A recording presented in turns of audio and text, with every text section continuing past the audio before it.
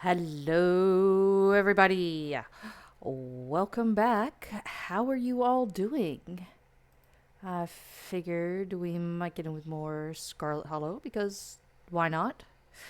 We're trying to get our girl, because so far, like, we've managed to romance um, a very cute librarian, Oscar, as you well know. We have managed to somehow pull through with Tabitha.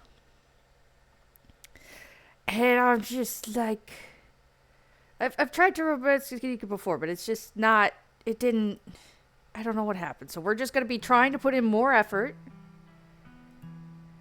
and hoping for the best. I don't know, question mark. Again, as always, please behold the content warnings in the website to go to perceive the, list. You won't be able to save everyone. You might not even be able to save yourself. Welcome home. It's not kidding. Oh, I love this game. As you all know, I've put so many hours into this game. Alright. We continue. Yep. Yep, don't worry, I already did that, thank you. Nah, we were just here, but thank you. You open your eyes. The sun has risen, the birds are singing. You are still alive, and for now, you are safe. Your gaze wanders across the room to the window and the woods beyond. You wonder if the monsters are lurking there, right now. Just beyond the trees, ready to pounce as soon as you leave the crumbling estate. A familiar unease settles into your gut, tangling in a knot of anxiety, wiggling as the events of last night play out in your head. You can't help but remember the sight of pale faces jeering at you from the trees, their calls echoing through the woods as you ran for your life. You're not sure if you'll ever feel okay again after what you've seen, but you can't stay in bed forever. I disagree! Let's just stay in bed. Like, Tabitha doesn't want us to do shit, just wants us to stay here for the funeral. I just stay. I mean, we'll get up, we'll get breakfast, we'll come back. But we do have a quest, somewhat. Hunger pulls you from the clammy depths of the mattress. Well, that too. No, just check the opossum. Hi! You open the drawers to check on the little opossum you met yesterday. Oh, good. He's still here. That's nice. I'll leave the little man's in peace. You decide to leave the little man's in peace. Let's check the closet. Great! The doll didn't move during the night. Maybe it isn't haunted after all. Though after everything you went through yesterday, that's hardly a consultation. Turn back to the rest of the room. You creep towards the window, careful not to be seen by whatever might be lurking in the garden. For a second, you thought you saw movement. It could have been an animal. It could have been something else. Whatever it was, it's gone now. Maybe you'll head out there and investigate after you finish waking up. I'm gonna skip testing because we're Kanika. No offense, Stella, but Kanika. So we're gonna get just to head downstairs. Time to start your day. You're back in the kitchen. Frou-Frou eyes you from her favorite spot on the counter. Excuse me, ma'am, but may I pet you? Your beautiful fur? Part of you hopes that flattery might win her over, as silly as that may seem. You are, after all, talking to a cat. Frou-Frou merely flickers her tail faster. It doesn't look promising. Hey! You sure took your time getting up?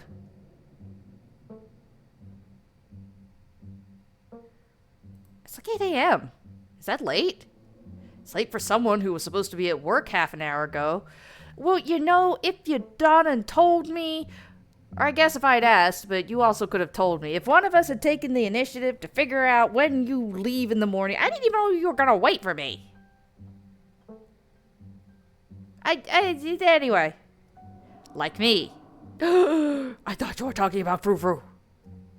Don't want any repeats of last night. From now on, no running around in the woods after dark. It gets dangerous out there. You could fall down a cliff. I did.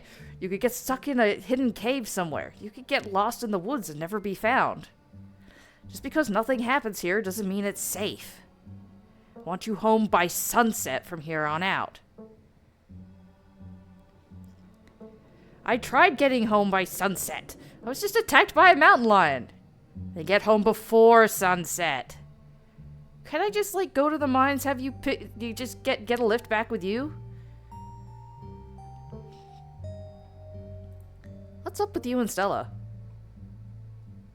We just have a history, that's all. I don't need to explain myself to you. I wasn't asking you to explain yourself. I mean, I guess I could see how that's it, but... Aren't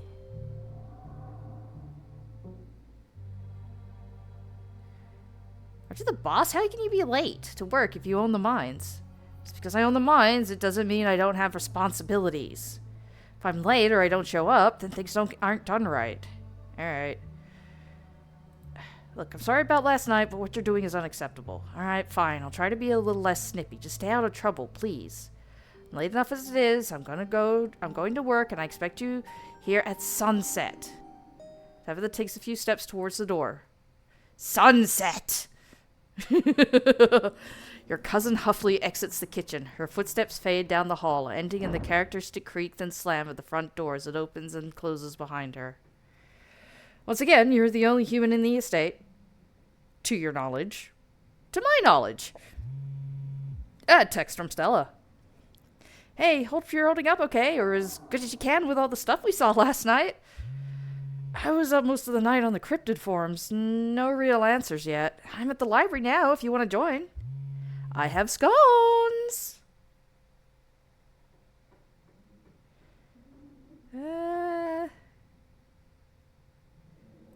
I'll be there in a bit. Still waking up. And that's that. Time to start your day. Gotta make PB&J. Sure, Stella might have scones at the library, but scones are later. PB&J is now. We quickly scrape together the ingredients and gobble up a delicious breakfast. Yeah, this character doesn't need enough in this game, I swear to fuck. And that's that. Okay, well, now we're going to investigate the garden.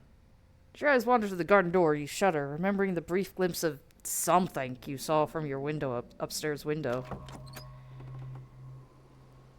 It's probably just a raccoon, but the uncertainty of what you saw gnaws at you and compels you to investigate, if only to prove that it was nothing. Possum! It's not Dustin! Pet, pet, pet, pet, pet. Alright, where's Wade? Do we see him? Is he just completely fucked off? I think he's completely fucked off. Alright, I don't see him. At the very least, you don't see anything now. Investigate further. You wander further into the garden, trying to pinpoint the spot where that thing had been lurking, if indeed there had been a thing to begin with. Take it all in. The garden is peaceful, but undeniably eerie. Here, more than anywhere else, you're surrounded by the ghosts of what this place used to be. A greenhouse sits in the midst of the overwhelming greenery, unreachable from years of neglect. Its glass clouded and cracked, statues reach out from within seas of weeds as if begging to be rescued. And most strikingly, behind a pair of rusted metal gates, at the very peak of the mountain, sits a graveyard. Yup. Scarlet Grove. You can just make out a few of the headstones, the scarlet name carved deep and proud into their faces.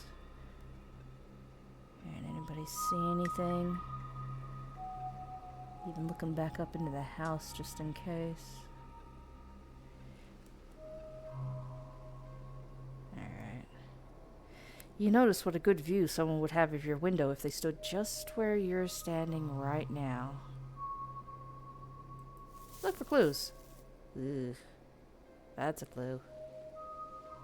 You crouch down, pushing aside the greenery to examine the soft earth. A boot print, a big boot print, and what looks like some kind of viscera. Your thoughts turn to the specter from the night before. You snap a quick photo, just in case it comes in handy later. I'll keep it to myself for now. You keep it to yourself for now. No need to cause any worry just yet. You head back inside. Time to figure out what to do with the rest of your day. Alright, so I think another time we're gonna just, say fuck it and stay here. But we have a quest. We have a girl. Tabitha isn't here to stop you now. You head back outside. You head outside, back to the mountain path that leads to town. Well, she said be back at sunset. And I can't come back at sunset if I don't leave before sunset. So, I'm just saying. The walk back to town is much less pleasant today than it was yesterday, when you didn't yet know that the woods were full of monsters and strange men who know your name. Yeah, yeah. Continue down the path. I'm, looking for him. The autumn-tinged mountains sprawling for miles in every direction now feel less like a beautiful scenery and more like walls of a cage. He's still not here. Your phone buzzes in your pocket. Look what I found at library! She said she was up all night thinking about the video. Adding you to the group chat. I'm only here because it's quieter than the store, or was, lol. I'm trying to figure out what animal that could be, but I don't buy into this harbinger of doom stuff. We know what animals they are. They're ditchlings, and they are harbingers of doom. Sounds like they're having fun. Oh my god, it's Kanika! Hi, Kanika! Almost back to town. You make it to town in one piece. No creatures jumped out at you. No scary men blocked your path. Thank fuck. Or mountain lions. The sight of other people is comforting, helping you forget the things you've witnessed as if they happened to someone else. Oh, hey Blaze. Avery! So, we were just talking about you. I stopped by Sybil's to pick up her new tea blend, and well, you're the biggest thing to come to town since the coal mine. Ah, that is concerning. Folks have been absolutely buzzing about you. I'm Sybil. I run the tea house. I believe you've met my daughter's friend, Stella? And I've met your daughter. Don't worry about it. Ma'am. You went out with her last night, right? Technically, I tried to go home, but did something happen out there? She barely even waved when she walked by.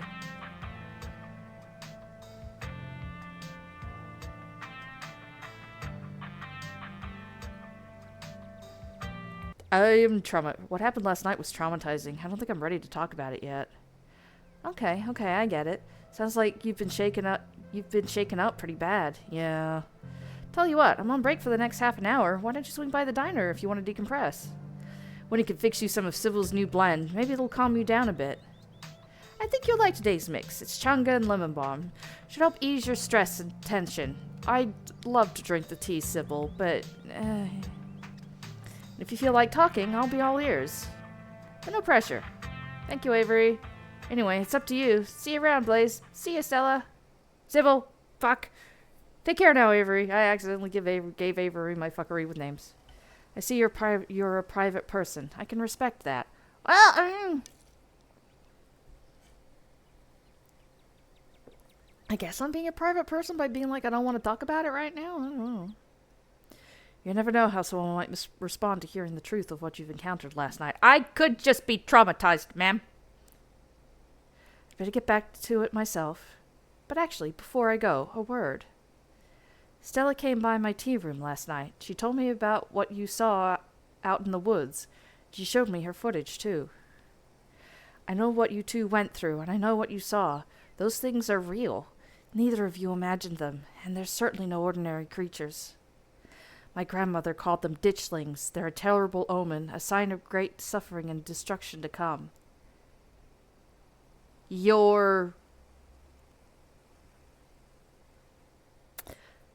So when you say your grandmother...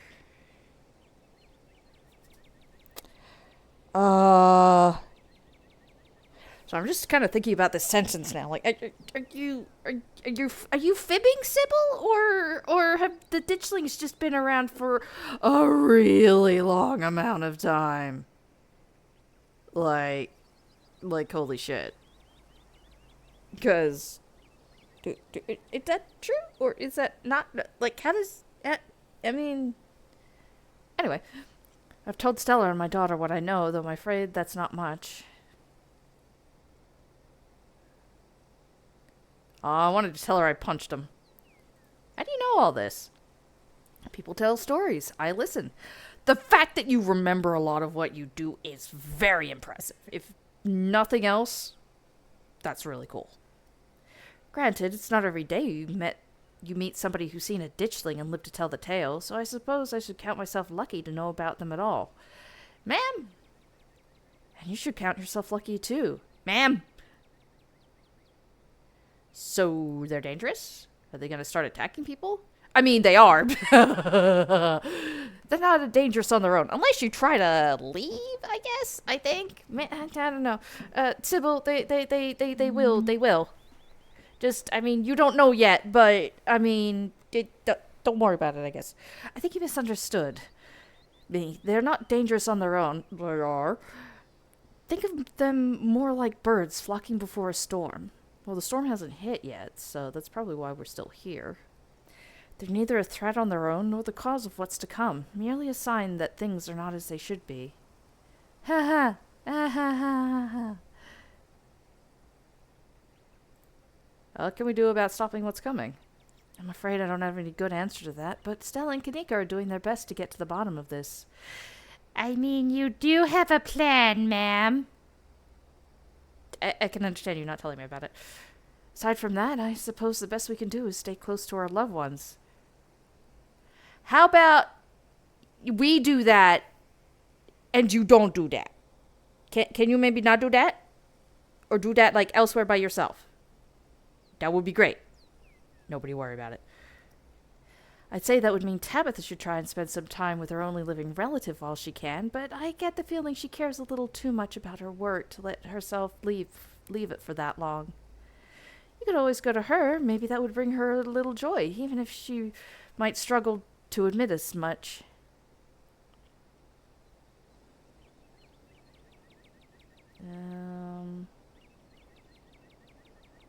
Alright. What kind of destruction are we talking about here? You'd seen just one or two. I'd say it could be a bridge collapse, a bad accident, something tragic but not devastating.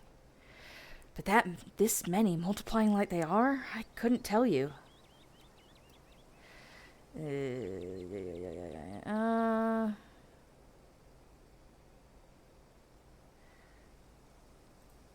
No offensible, but this is sounding just a little bit far-fetched. It sounds like you're saying this is magic or something. I appreciate your skepticism. It's a little like talking to my daughter. Yay! But also no! It's fine.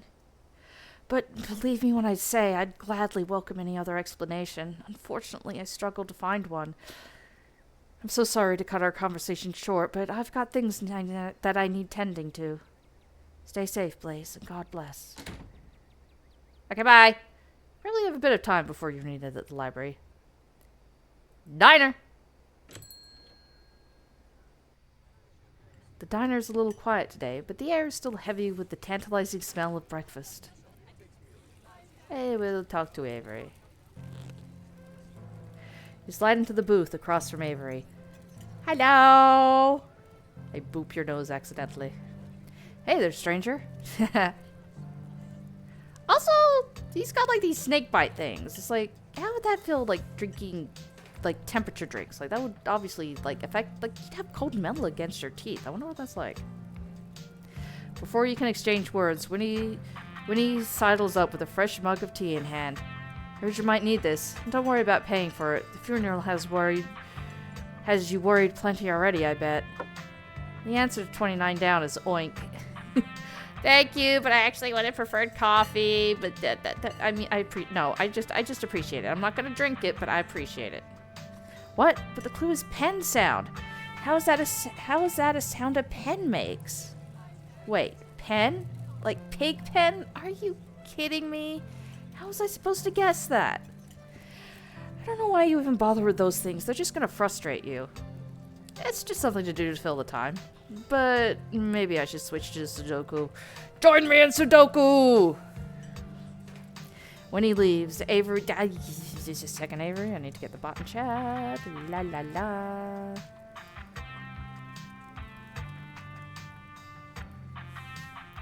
When he leaves, Avery contemplating daily newspaper puzzles, returning to her seat behind the counter. So, I know you said last night traumatized you, but if you need someone to just quietly sit back and listen, well... What if you don't believe me? I'm not here to judge, I'm just here to listen. And he's here to eavesdrop. You share everything. Glad to have someone to talk to about the horrors you've witnessed. Wow, that's some heavy stuff. No wonder Stella seemed distant. Monsters in the woods? I've never heard of anything like that around here. I mean, I know I haven't been around that long, but I feel like that's some kind of thing people would talk about. How exciting. Powerful build. All of this is kind of exciting, isn't it?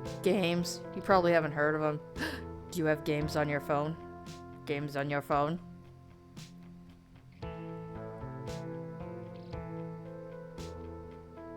If I wanted to buy chips or something, do I talk to you or Miles Size? I guess, yeah. Kanika decided to skip work today, so of course whatever plans I had didn't matter. Just take the chips, I don't care. Won't Kanika get mad? No, she shouldn't have left me in charge while she's off doing whatever. Kanika cares about running this place right. She can hire someone else and let me live my life. Well, can't she? Like, I don't blame you for this, dude. We make most of our money on bulk orders anyway. A bag of chips doesn't make a difference. I'm paying for my chips, I insist. I'm not ringing you up. Take him or leave him. I'm good, thanks. Have it your way. Bye, Miles. Miles doesn't respond, and as you turn to leave the general store, bye, Goku-looking ass. Anyway. Eee, don't regard to the library. That is where Kanika is! You went to the former town hall. What? Taking a sippy.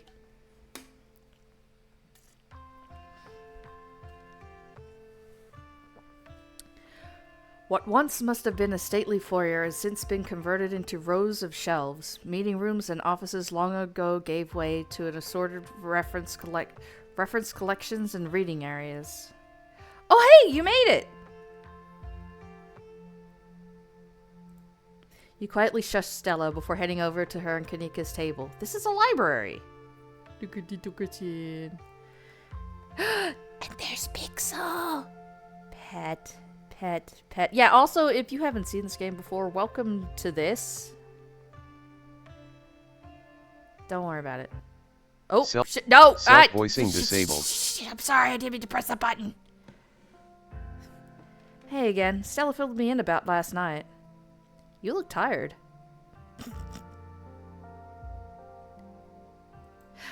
Yeah, the estate isn't the easiest place to get a good 8 hours. I never realized houses could get so windy. I could only imagine. That place was already falling apart the last time I was there, and it's been years. Can't believe it hasn't been condemned. I'm pretty sure it should be. Not that there's anyone here to do the condemning. Oh, yeah. Anyways, I guess we should get started. Before you dig in, you remember the boot print you found in the garden. Hey, check this out. Hey, before we dig in, I found something in the garden this morning. You hold up your phone to show Kanika and Stella the photo you took in the garden. These prints were in the bushes with a clear line of sight to my window. Dang, that's creepy. Are you okay? No! What is that liquid around it? It looks like pus.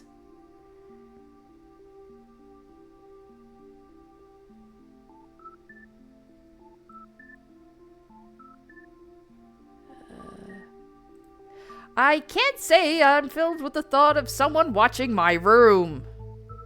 No kidding. Maybe you'll be safer if you don't stay at the estate. I wonder if there's any connection between those prints and what happens in the woods last night. Like what? I mean, I don't have anything specific, but we do have the whole prophecy of impending doom angle to explore, and the photo is weird. I can't stop thinking about those splatters on the ground. If whoever left those prints is sick, maybe it's from the creatures you encountered. Hey there, strangers. And literal stranger. Hello! Hey, I'm Blaze, Towns's cousin. I'm in town for the funeral. You probably already know whom I am, but hi anyway. Oh, I should have known you were a Scarlet. You look so much like Vivian. Not that I knew her very well. I was still a little kid when she left. But that Scarlet resemblance, it's, strong. Thanks. I'm Oscar Guterres, Chief Librarian and only librarian. Oscar's amazing. He practically built this library from scratch. Yeah, I'm a little jealous of what the kids around here get to grow up with. They don't know how good they have it. Back when I was in elementary school, all the library had was a couple of shelves of boring books donated by old people. Y'all are too kind, but speaking of kids, have either of you seen Rosalina around town? I don't want to be a helicopter dad, but she hasn't been answering my texts, and I want to make sure she isn't getting into any trouble out there. You know the crowd she hangs around with. They're good kids at heart. I'm sure they're just up at the old Maxwell place doing teen stuff. I went up there plenty of times in my day, but I'll be sure to keep my eyes peeled. Old Maxwell place? What's that? It's this great old abandoned spot. It's practically a magnet for young people. Even honor students aren't free from its call. I can't believe I used to be so reckless. The floors there were like Swiss cheese. I should really have a talk with Rosalina when she gets home.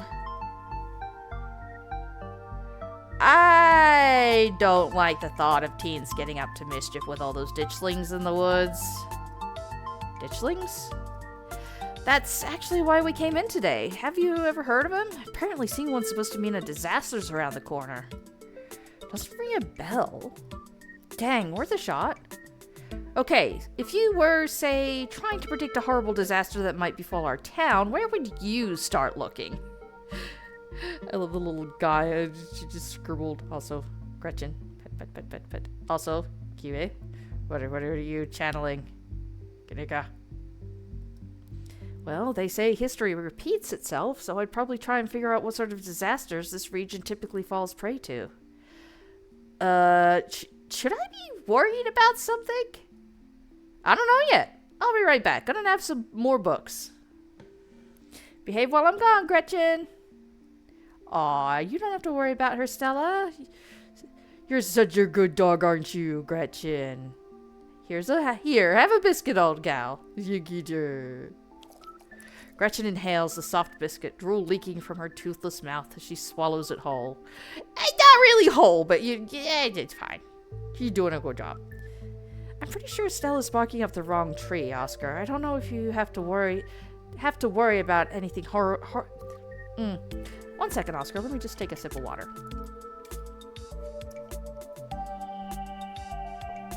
I'm sure Stella is barking up the wrong tree, Oscar. I don't think you have to worry about any horrible calamity befalling the town. But she's right about the weird stuff. There's definitely something unusual going on out in these woods.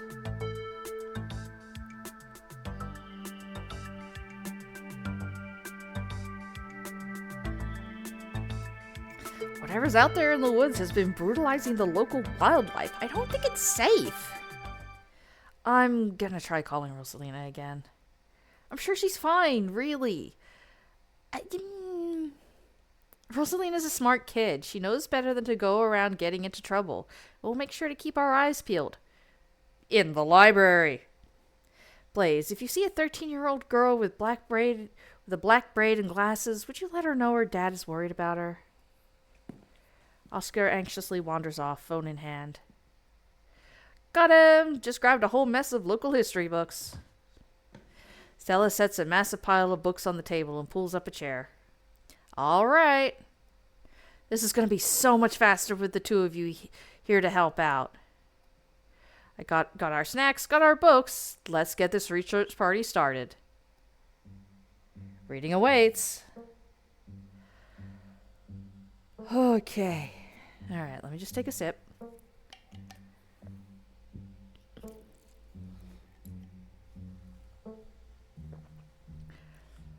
Okay. Forced into retirement at the age of 50 due to war injuries from his time in the Indian Wars, exacerbated by his short stint serving as captain in the Confederacy, Silas Scarlett also lost his eldest two sons to that bloodiest of wars, leaving his third eldest son, Andrew Jackson Scarlett, to take charge of the mine. Under his leadership, the mine prospered, undoubtedly in part due to the growth of the railroad industry. Managed to evade the coal union for decades, making them one of the most profitable mines in the country, Andrew Scarlett built the surrounding town into what it is today, with extensive stone buildings, a bustling main street, and overseeing it all, the elegant Scarlett estate that was, until 1895, the largest and finest feast of architecture in the region. Culminating in the tragic collapse of 1918, it was found that Charles Shaw, the co-manager of the mine, had loosened security measures to increase production during World War I, resulting in a fatal collapse and the death of over 160 men and boys, some as young as 10. The casualties included Andrew Jackson Scarlett's son, Theodore, his brother Enoch Fifth Scarlett, who had taken over for their aging father during the bustle of war, managing to pull the mine from the brink of ruin, thereby saving the town. So this is how your family made its fortune.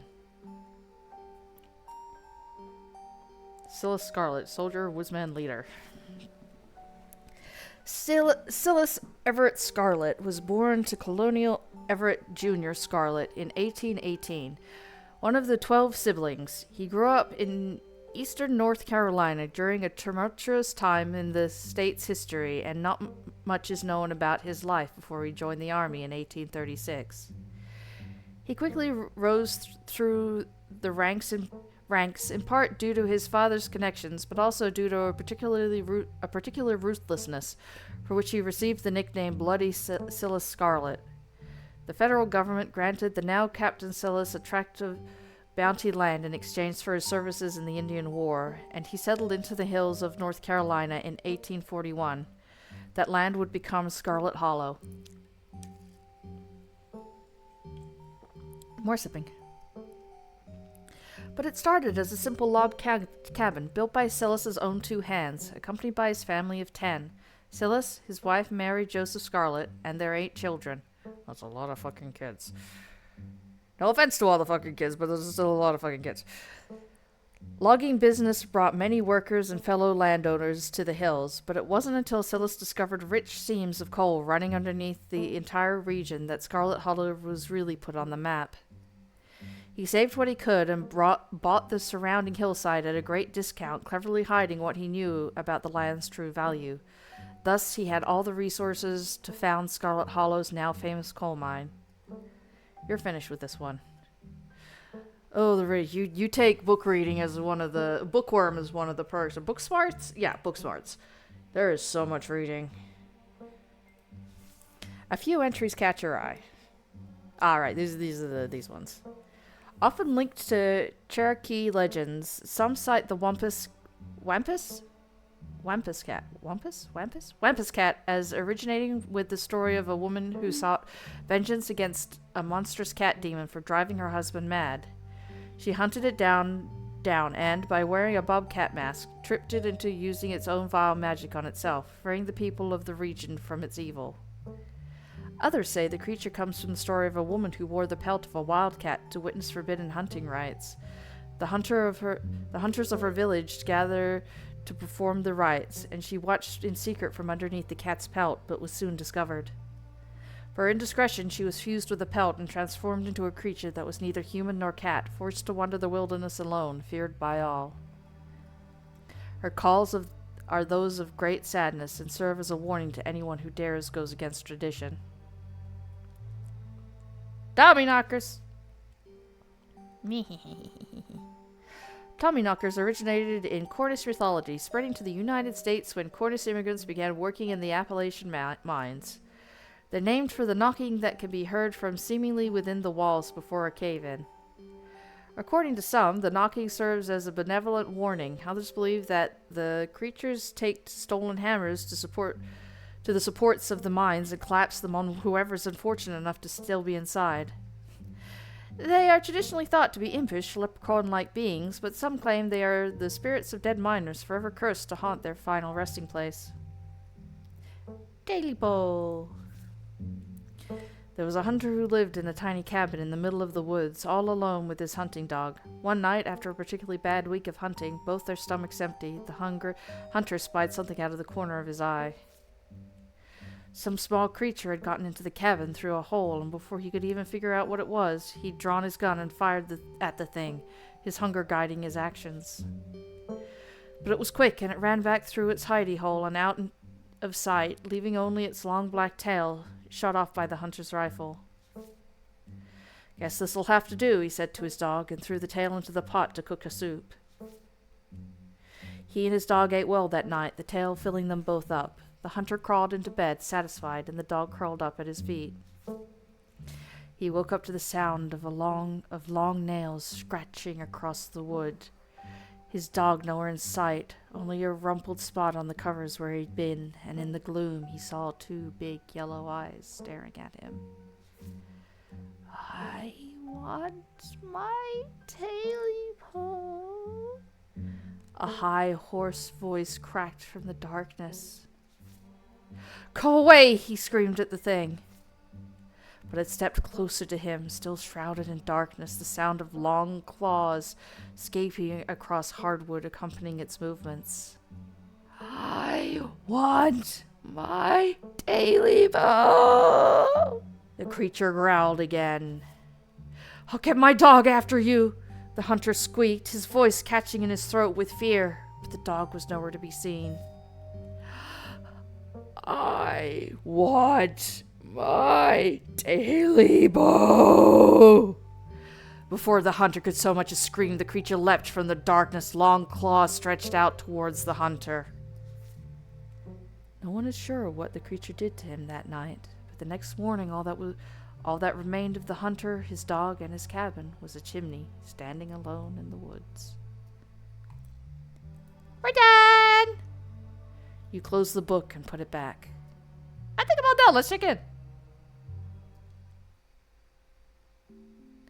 Alright, if we're going with what Kanika's mom told us last night, I think we can rule out any natural disasters as to what brought the ditchlings here. I mean, it would be one hell of a horrible natural disaster, that's for sure. But not nuclear incidents. Looks like our state has a history with those. What about y'all? Find anything interesting? Find anything? I found a kitty! Before you can respond, a handsome black cat leaps onto the table. Almost on instinct, Stella slams her book shut. Aw, hey Pixel! You might want to close your book. He loves to rip up any paper he can find. Don't worry, little guy, I didn't forget your treats. Yum, yum, yum, yum, yum, yum, yum. Pixel immediately goes to town on Stella's streets. Sorry if Pixel's bothering y'all. Hopefully he hasn't gobbled up any of our books.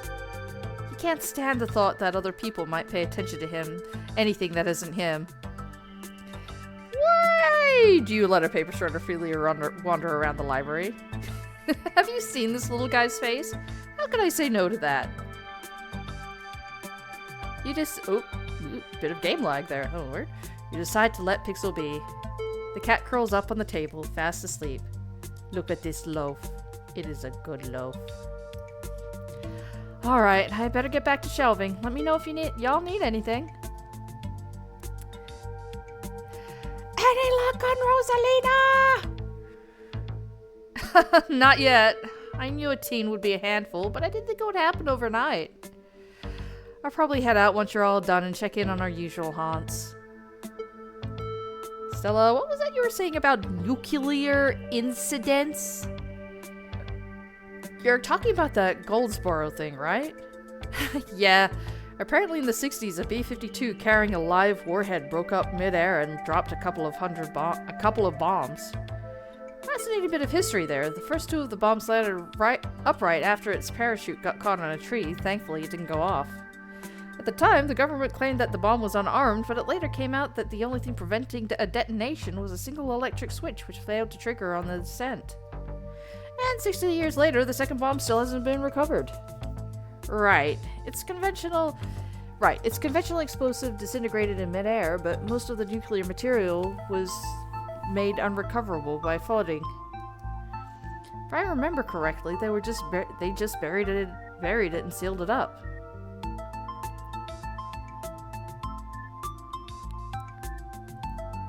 So if the bomb is elsewhere, why would there be so many ditchlings here? We shouldn't be looking too hard at the disaster angle anyways. Whatever those creatures are, they're biological. Look, you never know with radiation. We actually know quite a bit. It just melts you, and it doesn't make monsters. And any 60-year-old bomb isn't going to explode on its own hundreds of miles away and kill us here. Mm-hmm. You never know, there could always be a whole underground society of palm-worshipping mutants just waiting to blow it up. Sounds like it'd be a bit of a fallout. I've missed this. Do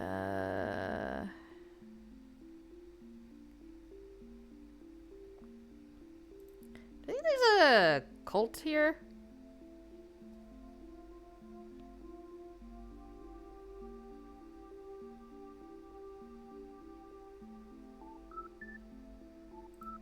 A lot of... why are you giving me these looks? Did I make a wrong choice?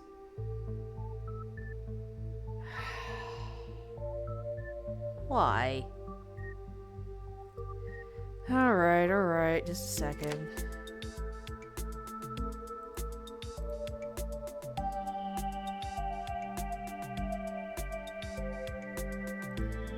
Maybe the ditchlings were, like, summoned as part of a ritual or something like that. I'd assume the spiral we found was some sort of nest made by the ditchlings, but yeah, maybe we had cause and effect backwards. Writing it down. It's much more likely that that thing was a nest than it was some sort of magical ritual site.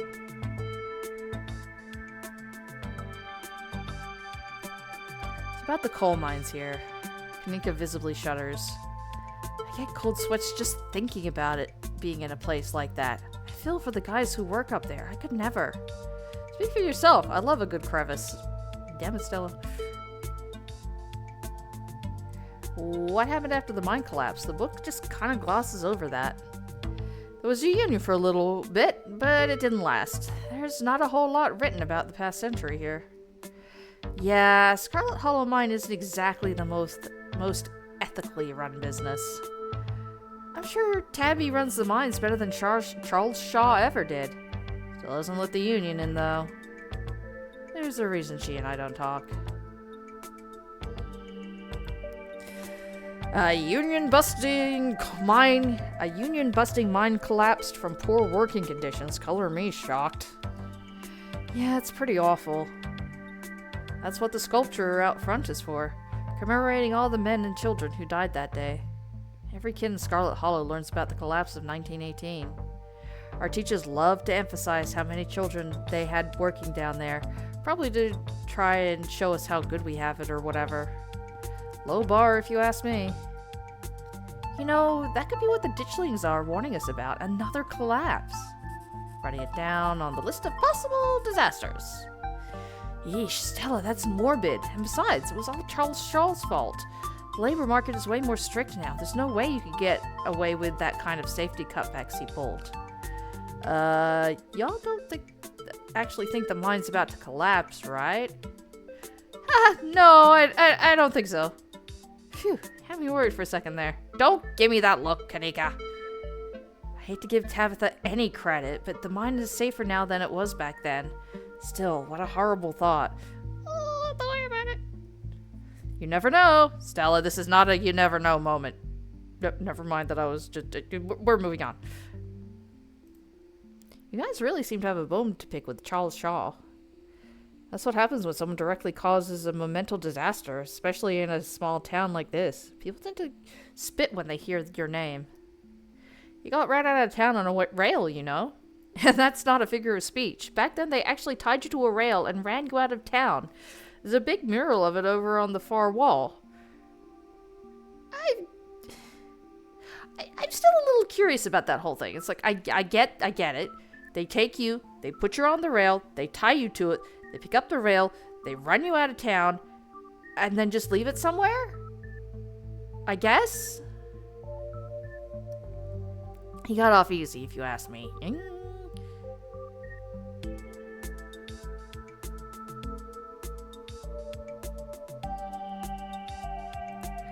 I'm not sure if I agree with the collapse angle, but the mines seem important. The whole town is built around them. Yeah, that's fair. They're bound to be relevant in some way. Hard to argue with that, but that doesn't really give us much to go on. Just because something seems obvious, it doesn't necessarily mean it's right or relevant. So, Scylla Scarlet.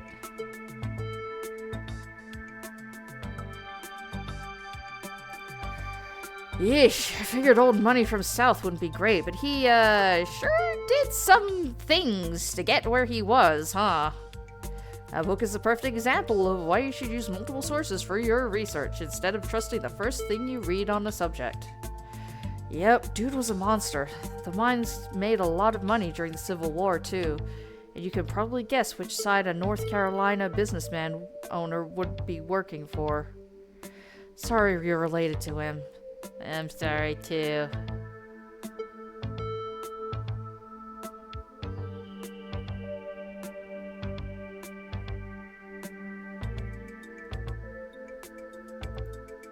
This town is stuck in the past and built on atrocities. It's already practically collapsing into itself. No offense, but maybe that's why the ditchlings are here. None taken. Why would the ditchlings be here now, though? Scarlet Hollow's been like this for as long as I can remember. Limping along. So, Appalachian folk monsters. Wampus cats kind of sound like they could be a mountain lions. Voiced like a woman crying out, somewhere between person-sized and cat-sized. Definitely, they're 100% mountain lions. Kinika, you know there are no mountain lions up here. I thought you were supposed to be a skeptic. But the myths are old, right? Mountain lions didn't go extinct in the Appalachians that long ago. Those legends just haven't died off yet. Almost every cryptid can be tracked down to either a hoax or someone getting confused about a perfectly normal animal, sometimes both. Bigfoot, for instance, started as a prank that folks saw bears walking around on their hind legs and got freaked out, and now here we are. You'll eat those words when I get the first clear footage of a Bigfoot. If you manage that, I will print out a piece of paper that says, Bigfoot isn't real, and I will literally eat it. I promise. I'm holding you to it. Stella, I was literally attacked by a mountain lion yesterday. Holy shit, you were? Yes! So you say, but for all we know, you were attacked by a ditchling which you mistook for a mountain lion. The fact that Duke was out there explicitly hunting an alleged mountain lion could have warped your memories. Stella, are you really saying that my mom's magical grub monsters are real and cougars aren't? Sure! We have video evidence of your mom's magical grub monsters. You were filming at the nest last night. The mountain lion that attacked me was right there at the end of the spiral. What? No way! Let me check the footage real quick. Stella pulls out her phone. Well, there aren't any live ones in these parts. Stella, you... I feel like you owe me and Duke an apology, to be completely freaking honest. Like, girl...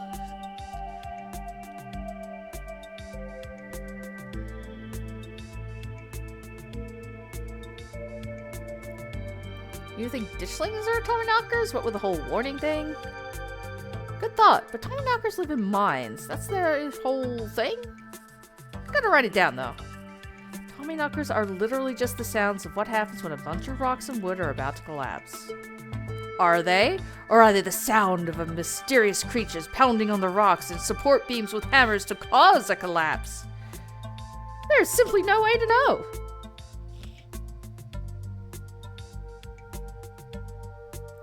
My mom used to tell me about that Tailipo story a while back. Back when I was little. I can't believe I forgot that one. It scared me so bad I didn't eat soup for years. I thought a monster might try and dig it out from my stomach if I did.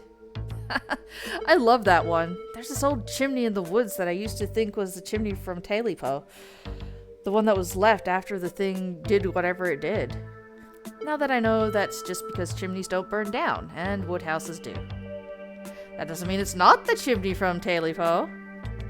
I camped out there sometimes, and I've seen some pretty spooky stuff. Yeah, I watched those videos. You saw raccoons. You're gonna get rabies one of these days, chasing after wildlife like that. What can I say? I'd like to live on the edge. Get your shot, Stella.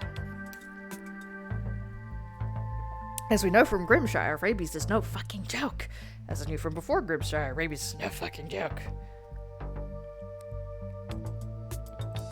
Tabitha and I ran into this bloody miner who scared the shit out of us on the way back to the estate last night. Called me out by my name and everything. What if he's a Tommyknocker? Oh god, are you talking about Wayne? That creep keeps coming around my mom's tea room. There's definitely something wrong with him, like viscerally wrong. I don't think he's a ghost, though. That's fair. Ghosts tend to be tied to a specific place, so maybe he's haunting the whole town. He's not a ghost because ghosts aren't real. I've also seen him touch stuff. Let's move on.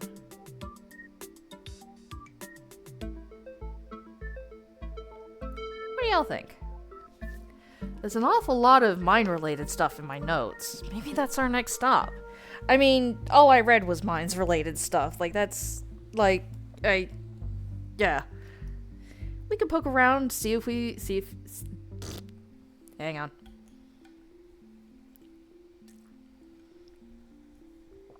We can poke around, find out if anyone's seen anything weird. Just to clarify, you're suggesting we go to question some of the miners, right?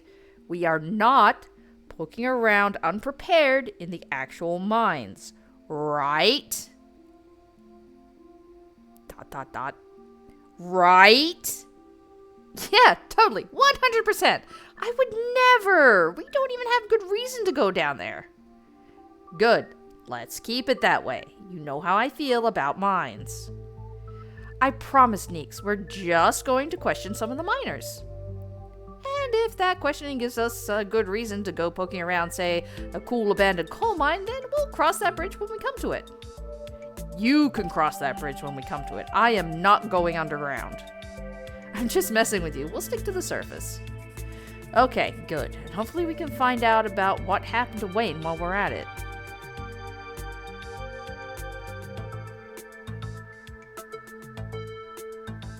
Awesome! Let's roll! Ba-ding! Look at us, going out on a caper together. I missed this. I missed this too. Though there is something missing. Reese! I really miss that dude. I can't believe how long it's been. Have you seen him lately? Nope. I've tried to plan stuff, but he's been too sick. I didn't realize it was getting so bad. That poor guy. You know, we could just pop over and surprise him. He seemed excited to meet Blaze. Maybe we'll finally get him to leave his little cave. When did you mention me to him? Because I wasn't there for that. Hell yeah, let's do it. See ya, Oscar. We'll let you know if we run into Rosalina. Thanks, guys. I'll keep you all posted. Thank you. Bye. Pixel. Goodbye. Kibdi. I don't see him. Anybody see him? Where is he? I think that's... yeah, that's just a post.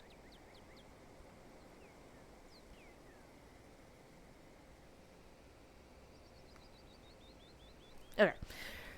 Reese's home stands at the edge of the forest wall, an isolated buffer cushioning the rest of the town from the an unending wilderness. Knock knock. Reese, it's Stella. I brought some buddies too. Shh, not so loud. He's sleeping. Can I help you with something? The woman in the doorway stares directly into your eyes. You can practically feel her simmering irritation wash over you. Hi, Dr. Kelly. We were wondering if it would be okay if Reese could come hang out. Nothing strenuous, we promise.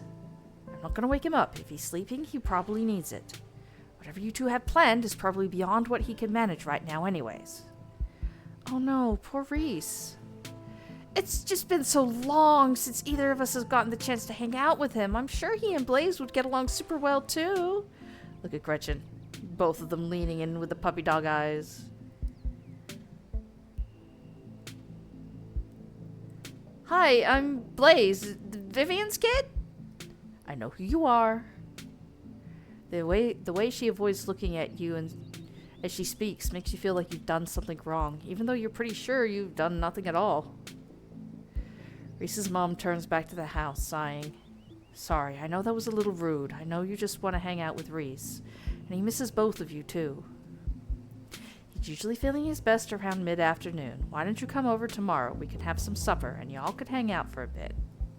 I don't promise he'll be perky, but I'm sure it'll brighten his spirits to see you two again. And I suppose you can come too, Blaze. Thank you. That would be great. I could bring a side dish. Maybe deviled eggs? Does he still eat those? No, eggs are a little much for him. They don't settle well. You can leave the cooking to me. I know what he can handle. Okay, I'll bring soda then? That's not... Back to the puppy dog eyes. Okay, yes, fine. You can bring soda. Nothing with caffeine. Ginger ale, preferably. Thank you, ma'am. Oh, and leave the dog at home. She might cheer him up. You know they have those therapy dogs in hospital. No. Dogs. Thanks so much, Dr. Kelly. We'll stop bothering you now. See you later. Dr. Kelly nods in acknowledgement and quickly shuts the door. The sound of several locks clicking into place can be heard from within. God, that woman makes me so nervous. She used to be so nice when we were kids. Always had the best stickers when we had to get our shots. Maybe she's just stressed about Reese. Or maybe she's just nice to kids. Either way, I guess it's just the three of us. You gonna drive? Yeah, sorry, I don't like the thought of going up there without the van. Cool, I'll take my shortcut then. It shouldn't take long for me to get there. Welcome to tag along, Blaze. Don't worry, I won't be offended if you'd rather ride with Kanika. I'm sure you're probably sick of the woods. Either way works for me. And we're obviously going with Kanika. We ride with Kanika. See you at the mines.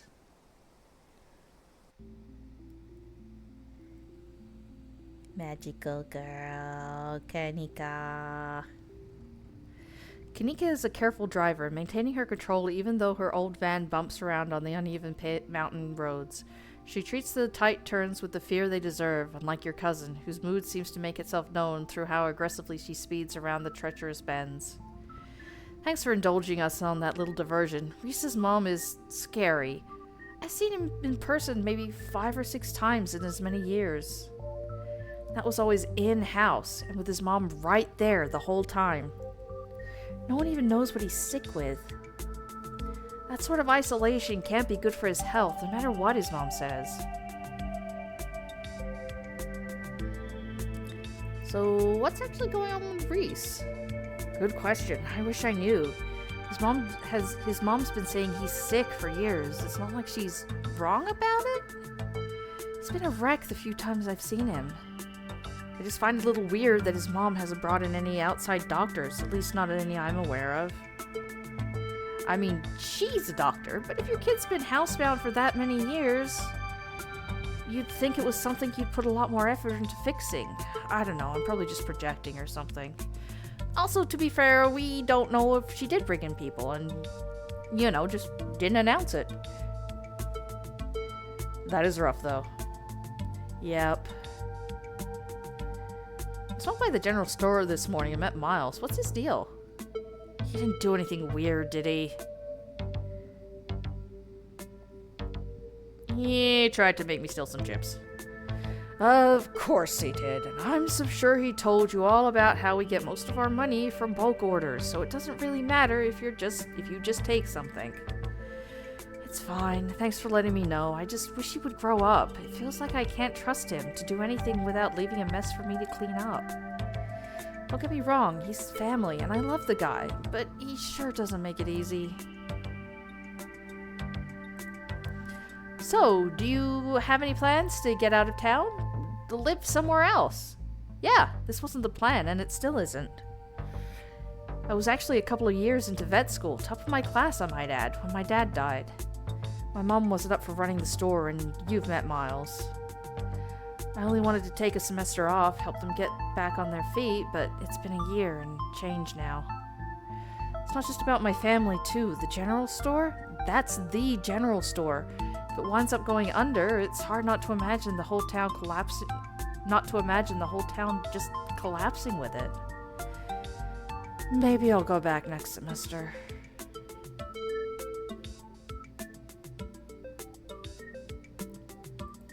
You'd be a great vet. I've seen how you are with Gretchen. Aw, shucks. I was really into biology during undergrad, and growing up around Stella and her mom gave me a special kind of love for animals.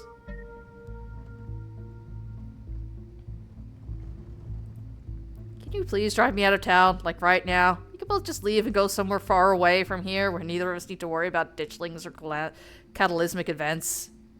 Whoa, whoa, whoa. There's no way I'm crossing Tabitha like that. The fact that she brought you here is a big deal. She doesn't see people. She doesn't have guests. You being here has got to mean something to her. And if she found out I was the one who drove you out of town, which she would, there's no telling what might happen. The Scarlets still hold a lot of sway in this town, even if your cousin's all that's left of them. And hey, I don't think there's a lot to worry about yet. The ditchlings are just some weird animal, right? If we just stay out of the woods, I'm sure it'll be fine. Do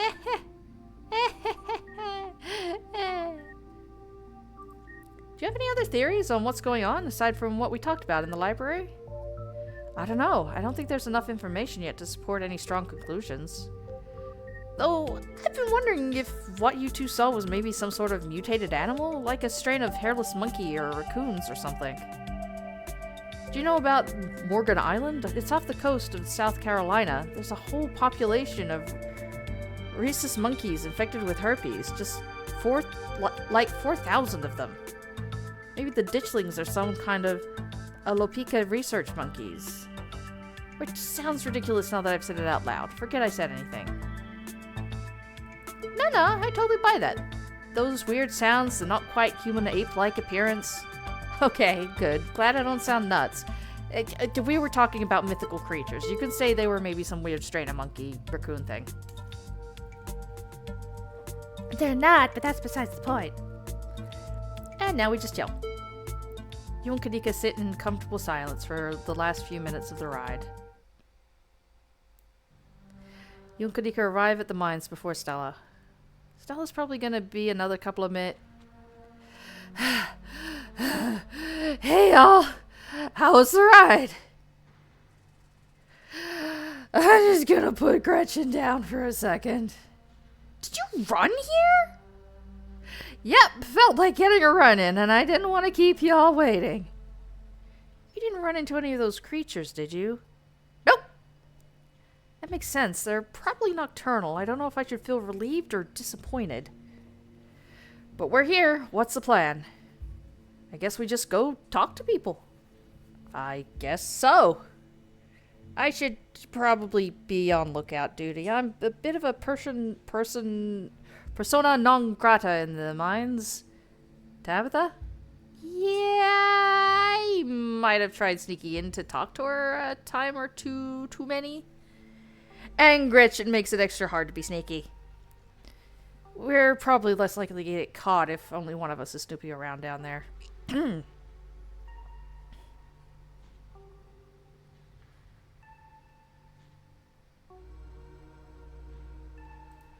If Stella's on lookout duty and only one of us is going in, what's the third person doing? You know those cheesy rom-coms where someone wears an earpiece on their first date? Whoa, do you have some kind of surveillance rig in the back of your man that I didn't know about? What? No! I have a pair of earbuds with a really good mic. We can just do a group call. I'm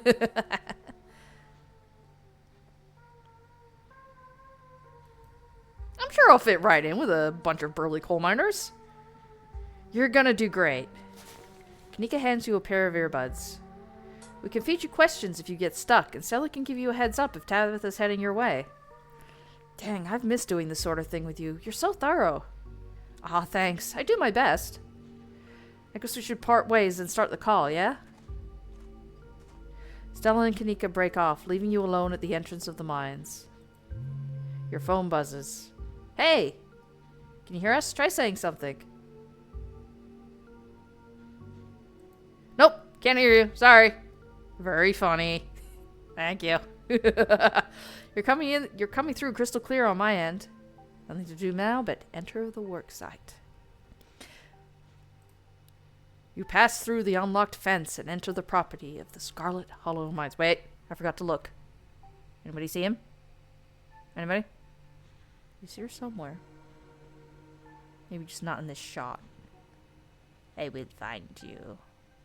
It will find you, sir.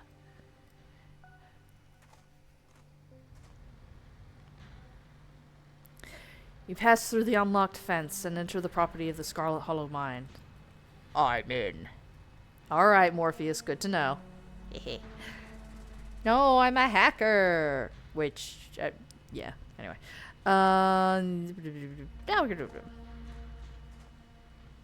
You approach the nearest group of miners, a blonde woman, a broad-shouldered man, and an old-timer. The uniforms identify them as Harrison, Davis, and Zachs. Got a reason to be bothering us?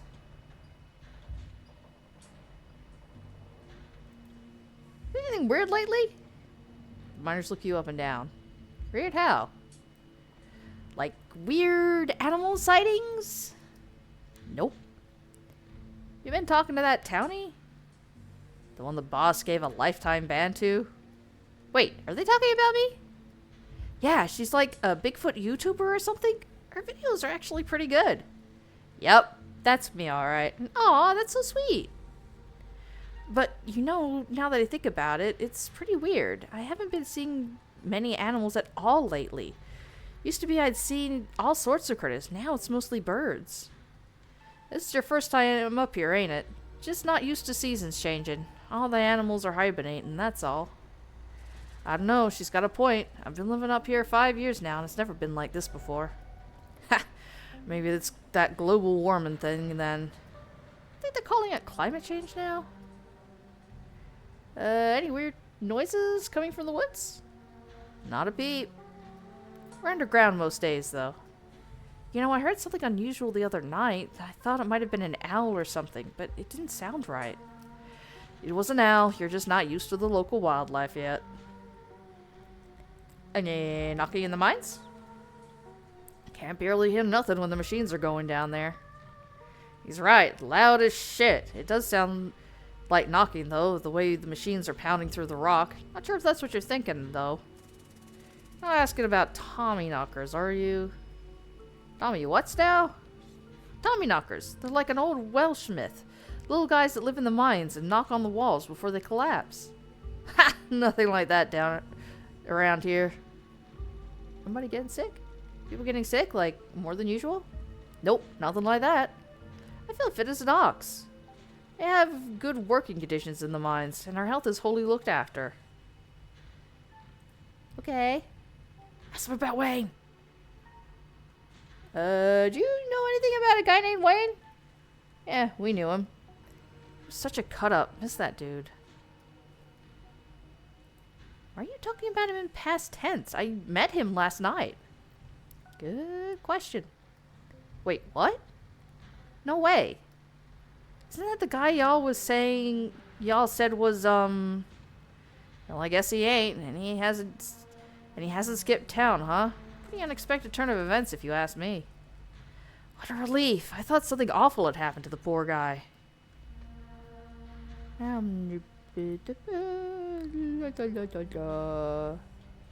Since I have the option. So I guess this guy on the bus wore a beanie and a shirt that said, I want a yeah. He said he had some friends working up in the mines. Does this have anything to do with what's going on in town? A lot of people wear beanies. Look, I just figured I'd ask. He made a memorable impression. Well, I can't say I know anyone like that. Sorry. Actually, that's all. Thanks. Bye. Bye. Walk away from the miners. Maybe it was just me, but they seem to think Wade was dead, right? It wasn't just you. Alright. Miners. You head over to the next group of miners. A flash of movement in your periphery stops you in your tracks. There's something lurking in the shadows to your right, and against your better judgment, you turn to face it. You shouldn't have come here. It's dangerous.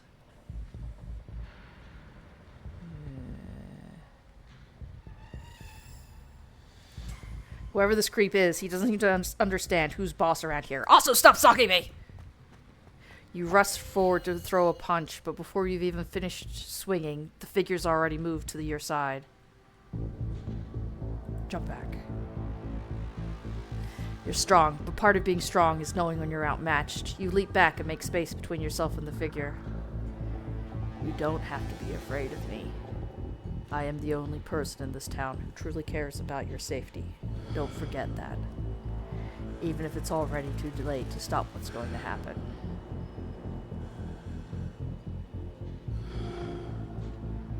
Yeah, where were you when I was being attacked by an epic mountain lion?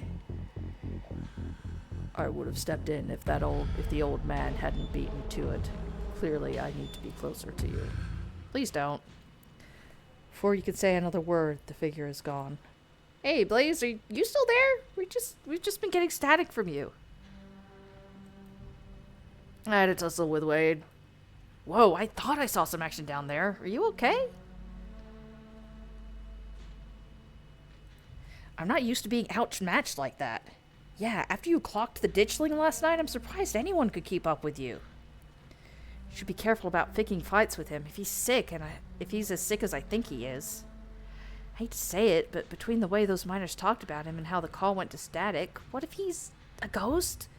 Like, actually a ghost. You hate to say it, Stella, I don't think anything would make you happier than Wade being a ghost.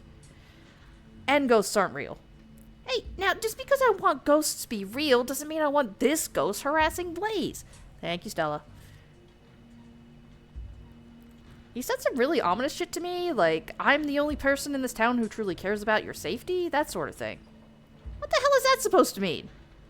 The plot thickens. Aw, neither of you care about my safety. I need to talk to Tabitha about this. The other miners think this guy's dead, even though he's still lurking around the camp. Totally get that. If you're sure, tipping her off might make it hard to talk to anyone else. Nah. I should save, though. This is... I wish there was a better way to scroll. This is the only downside of playing this game so much.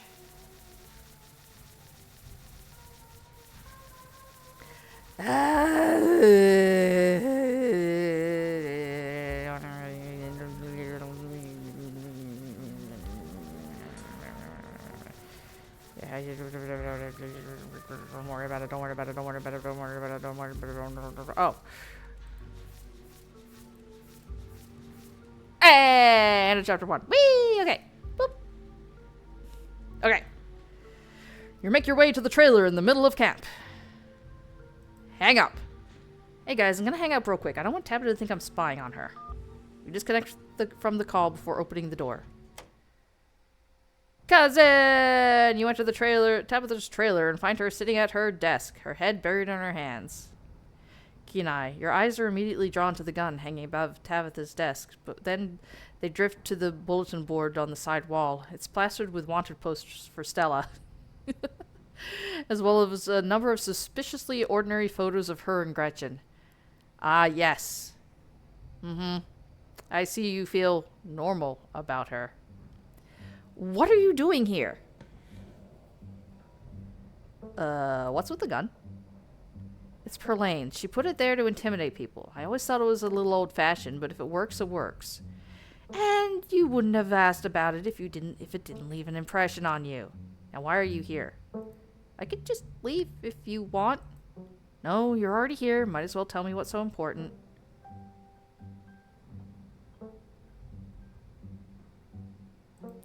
Wayne, that guy from last night followed me here. Tabitha sighs.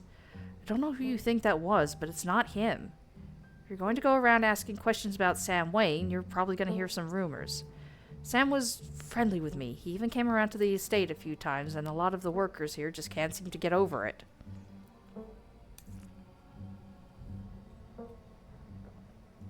He disappeared, and despite what a lot of people seem to be insinuating, I don't know what happened to him. I don't even know if he's alive. Whatever, it's fine. I know it's easy to blame the big mean boss for that sort of thing. But I digress. If someone's following you, you should just stay at the estate, where it's safe. I don't think the estate's safe. He was watching me from outside my room. Look at this boot print I found on the garden, facing my window. You showed Tabitha the photo you took earlier today. That's... okay, yeah, that's a little unsettling. But I assure you, the estate is well guarded against intruders. Tabitha, the estate's not well guarded against leaves. Then again, I guess he's not technically an intruder, I don't know. I won't let anything happen to you this week, I promise. Look, if it'll make you feel better, I can ask some of my men about him. I doubt much will come of it, though. Not many employees want to get caught tattling to the boss.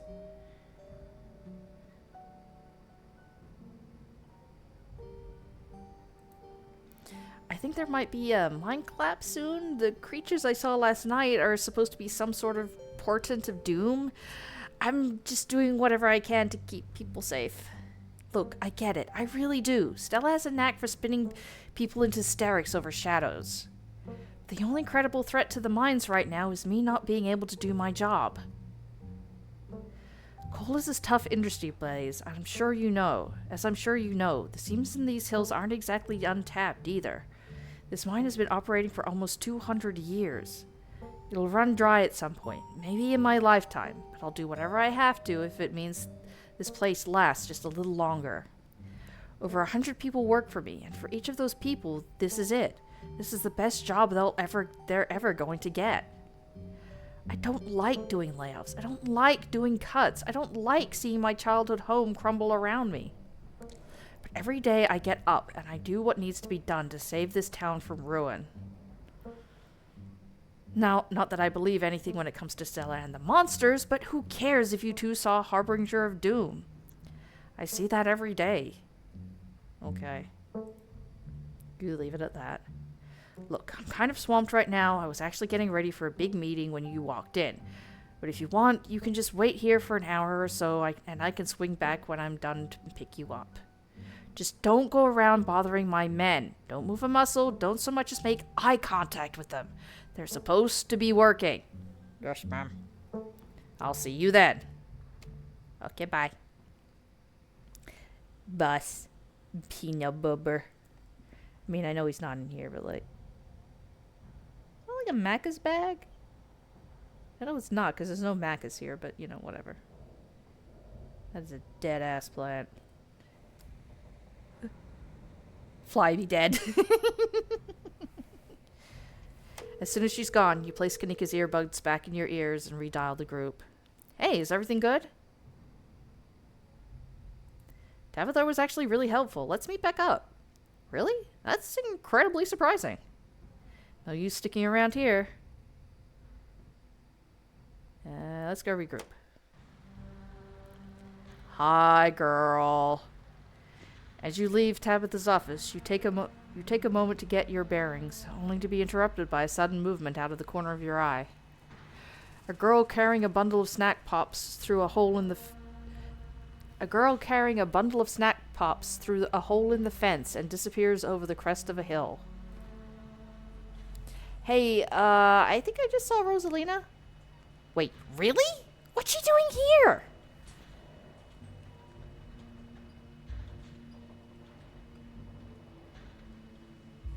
What do we do? I mean, we should go after her. What if she gets hurt? And and can you imagine what Tabitha would do if she catches Rosalina here? Alright, I'm on my way. You rush over the hill and get your bearings. The sound of active mining faded into the distance. Rosalina is nowhere to be found, but dusty footprints point toward a nearby mine. She didn't. I guess the old Maxwell place doesn't cut it as a secret hangout spot these days. But the Shaw mine? That place was shut down like 100 years ago. After a collapse that killed over 100 people. And here I thought Stella was going to be the one to drag me into an abandoned coal mine.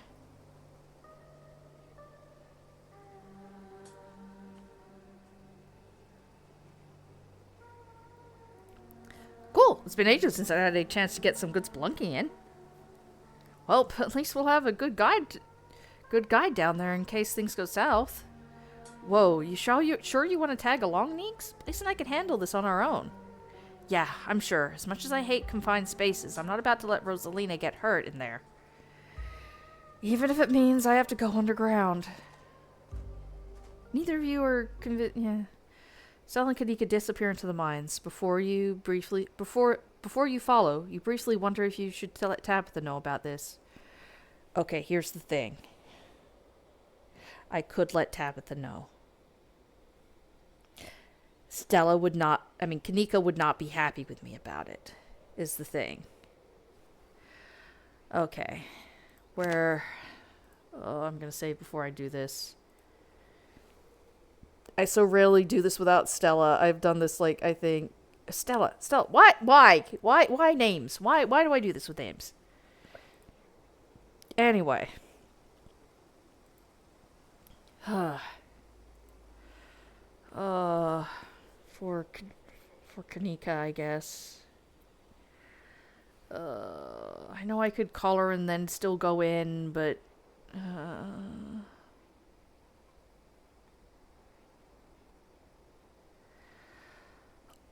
supposed to be doing different stuff. Oh, I hate this. You take a deep breath and follow your new friends into the mine. I might go run that back, but the inside of the mine is warmer than you'd expected. The air is thick and wet. The ceiling hangs much lower than you are tall, forcing you and your companions to hunch over, your legs bent in a painful squat, as you begin to navigate the maze of corridors. Jesus, it's cramped down here. Does anyone else's chest feel tight? Yeah, abandoned mines are way more claustrophobic than people expect them to be. And this one's real bad, you know, because of the child miners? Or should I say, miners? Kanika visibly shudders. Okay, I'm not superstitious, but there's one way to make sure you get haunted. It's cracking jokes about dead child laborers while you're walking on their graves.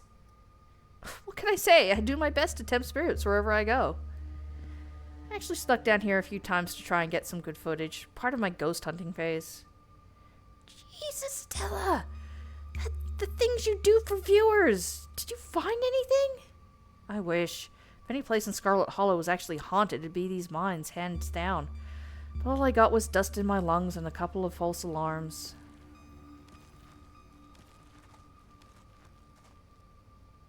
The deeper you progress in the mine, the heavier the air becomes. Coal dust hangs in thick clouds around you, even though this place was abandoned over a century ago. Stella pauses as sound rushes overhead. Oh my god, what is that? The mine is going to collapse and we're all going to die down here, aren't we? Stella sighs longingly. That's just how the wind is down here. You sound so disappointed. It just brings back memories of my last foray down in these depths. Every time I thought I'd finally found a spooky ghost, there wound up some being a very unghostly explanation. Like the local wildlife, for instance.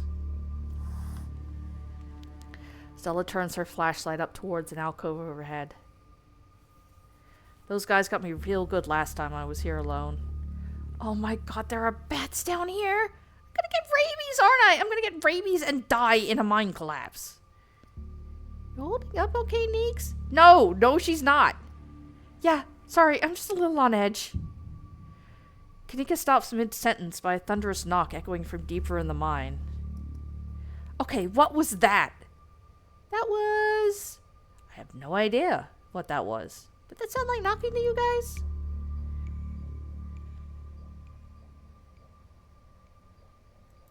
Let's just hurry and find Rosalina. If for no other reason than to get out of here, stop Kanika from having a panic attack, and just, yeah. Yeah, agreed. The sooner we get out of this death trap, the better. Gosh, I wonder if those sounds are Tommyknockers. Okay, no, Tommyknockers are not real. They're not allowed to be real. Are you trying to give me a panic attack? I'd love to spend some extra time poking around down here. Maybe it's got something to do with the mystery. The three of you are interrupted by a second, much less distant sound of a can being popped open. Okay, now that wasn't Tommyknockers. Came from this way. Follow me. The kids are in so much trouble. Onwards. You and Kanika follow Stella further into the mine. What's up, people? You breathe a sigh of relief as the tight passageway gives way to a small cavern. A group of teens turns and stares at you with annoyance. What the hell are you doing here?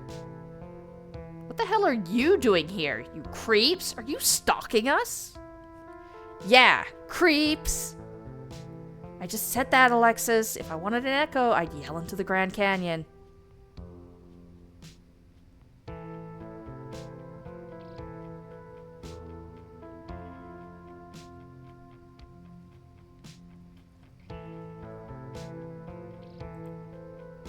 What are you guys even doing down here? This is the most miserable place I've been in my entire life. This place isn't miserable. It's cool and rad. Who the hell are you, exactly? That's Blaze, Tabby's cousin. Rosalina, your dad's worried sick about you. And if you ask me, he was right to worry. Why the hell would you think hanging out in an old mine would be a good idea? Is the Maxwell place not dangerous enough? Because no one usually comes in here, duh. Everyone knows we hang out at the Maxwell place now, so we had to find a new hideout. Which you instantly found, so I guess we have to find an even more secluded place where we can just be ourselves. Can't believe your dad sent people to follow you, Rosalina. That's messed up. I think that qualifies as harassment. Listen, girly pop, I love your Jack Skellington hoodie, but no. Also, y'all need to hydrate with something other than the margaritas you got. Your kids. You're right, Becca. This is messed up. I don't need him telling me where I can be. You should at least check in. So he knows you're not dead. He loves you and he worries about you. He's really not asking much. Don't you kids have school tomorrow anyway? It's fall break. And we're not kids. Yeah, we're teens. You are babies. Are those canned strawberry margaritas? When did you even get those? The teens avoid eye contact. Miles tries to melt into the cavern wall. Oh no, I know that isn't you, Miles. It had better not be you. Yeah, whatever. It's me. What are you even doing here? Becca's right. It sounds to me like you're stalking and harassing and all that. You're supposed to be minding the store. It's not like anyone ever comes in on a Tuesday and Mom's there, so it's fine. Eyes dart uncomfortably around the cavern as Kanika tears into her brother. It's not fine. It's extremely not fine. Why do I always have to be the responsible one? Do you know what I would give to be as carefree as you? I left school so you would have a chance to live your life, and this is what you're doing with it? What would Dad think if he could see this? Stealing booze from the family store to dick around in an abandoned coal mine. Dad's dead, Kanika, but if he were here, he'd be disappointed you wound up being such a bossy jerk.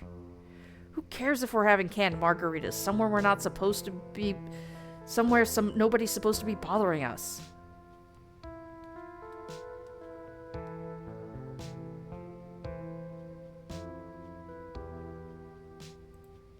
Miles, don't try and twist this around on your sister. You're down here drinking with kids as young as 13. That's messed up. Whatever. Hey, don't talk about us like we're not here. Yeah, we can hear you. Alexis, don't butt in. I'm trying to make a point. We're perfectly capable of taking care of ourselves. We don't need a bunch of sad 20-somethings to tell us where we can or can't be. Sad 20-somethings? Hey, I'm not sad. Where'd you get that idea? Running a clickbaity YouTube channel where you run around in the woods chasing nothing is extremely sad. Anyway, my dad is actually a foreman at the continuous mining facility, and he says they only abandoned this area because there wasn't enough coal left. Not because it was dangerous or anything, so we can hang out here anytime we want. Becca's dad's right, though. Check out how sturdy this place is. The teen with the beanie jumps and slaps the strut on the ceiling. Oh, was that the knocking we were hearing earlier? One of these days I'll find a real Tommyknocker. Oh my god, Zane, cut it out. Jumping up to hit stuff is extremely 8th grade. No offense, Rosalina. None taken. The other 8th graders are totally immature. Not like you, Rosalina. You're chill and smart too. All of you quiet. This is serious. This isn't just a question of having fun. Miles, you could get in big trouble if anyone found out what you've done. Hope this is the first time, but it's definitely the last time. Let's get out of here before there's a cave-in or someone gets tetanus. Aw, Kanika, you don't have to end their little party. We know Rosalina's safe. We can just stick around and keep an eye on them. And we can look out for ghosts while we're at it. One of us could pop out of here real quick and text Oscar to let him know that Rosalina's just out with her friends. You're just saying that to seem cool, so we'll stop making fun of your YouTube channel. That's not true, but I also think it's okay for teens to make bad decisions sometimes. Anyway, Rosalina isn't going anywhere. She's better off here than at home. Yeah, tell him about where you sleep, Rosalina. We've been living in the library for the past couple of weeks. Dad says we can't enter our stay at our house. They've got a hot plate and a couple of cots in one of the back rooms. It's actually a pretty sick setup. No, it isn't, Zane. Rosalina deserves better. I'm sure Oscar has a good reason for that. He's a good guy and he cares about you, Rosalina. He thinks our house is haunted. Oh. Wait, what? It's such a bullshit excuse. I bet he couldn't afford it anymore and is lying to you to save face. What a coward. Becca, I don't think you could, say that about other people's families. Isn't it, bullying or something? Shut up, Zane. No, she's bullying. Back up. He says it's haunted? I can't believe he didn't mention it to me. I could investigate. There's no ghost, Stella. It would be cool if there was, but Becca's right. I just wish he would be honest with me and tell me what's really going on. It's like he doesn't think I can handle it. Like I'm still a little kid. You are a little kid and he's scared because he doesn't know what the fuck is going on either. Which is very fair and valid, but he still should have been honest with you about it. It's just, hindsight, shoulda, coulda, wouldas and everything.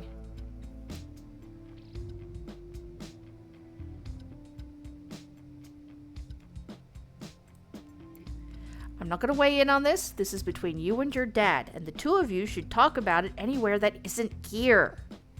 I couldn't agree more.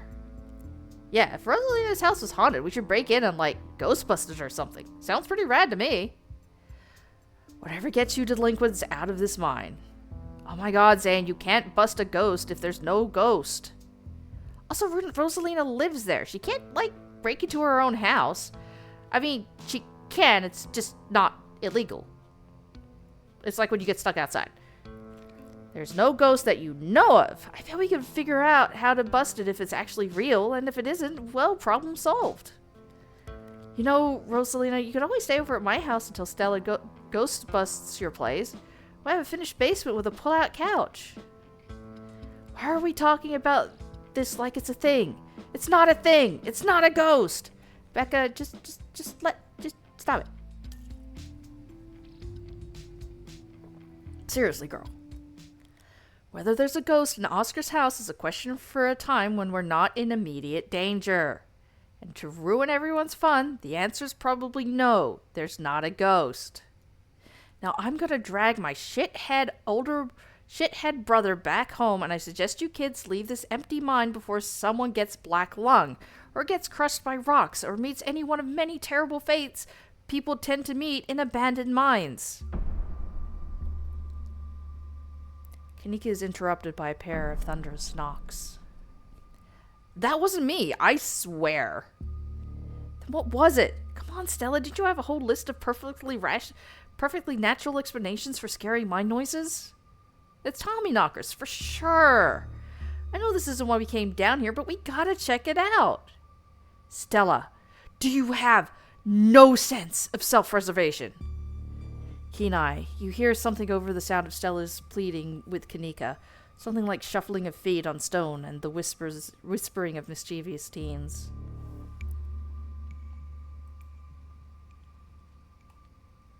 You turn to see Becca and Alexis gone, and Rosalina crawling into a small tunnel in the cavern wall, but she hastens her movements when your eyes fall on her. Rosalina, stop! But she doesn't listen to you, instead slipping into the tunnel and joining her friends. See, this used to be the Keen Eye checkpoint, where you caught them. It's been switched with Street Smarts, which... You're kidding me! Really? Wow, Kanika, maybe if you weren't still scared of the dark or whatever, you would have noticed them sneak off. I noticed them sneak off, and, I've been zoning out this whole time we've been here. Oh, hey, they must have scraped through that child's tied tunnel. Oh, no. No. Dang, I've always wondered where that goes. I've never been able to get these hips through there. Becca's head pops out from the tunnel's entrance. We are not about to let you come in here and ruin our good time. The mines are safe. I've been down here millions of times. Yeah, and if Becca says we're safe, then we're totally safe. Whatever. Come on, you two. I know a cool spot this way. Okay, I think we can catch up with them if we just follow their voices. Do you want to take these two out while Blaze and I track them down, Neeks?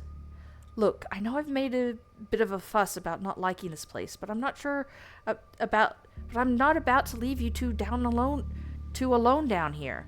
What if something bad happens and I'm not here to help?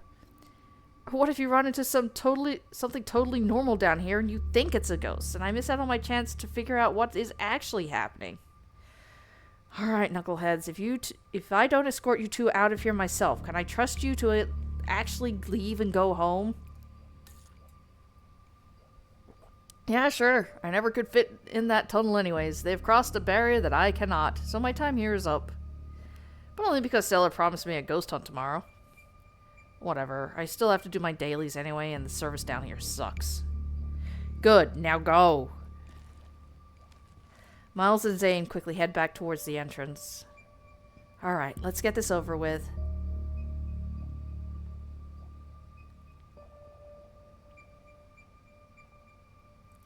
Alright, let's do this.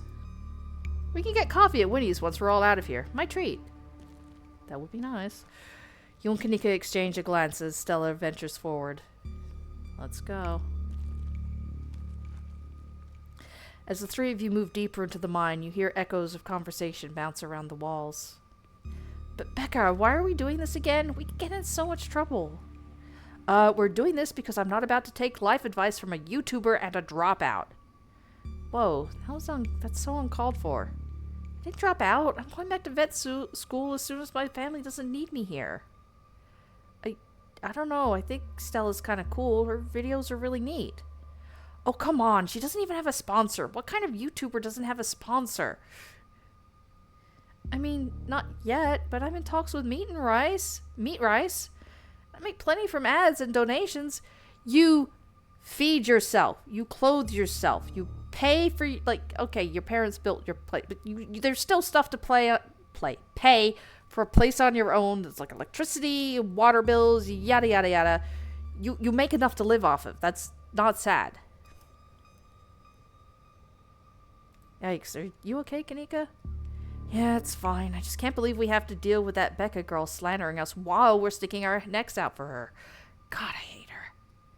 Normally I say she's just a kid, but wow, if she doesn't have an uncanny ability to go right for the jugular.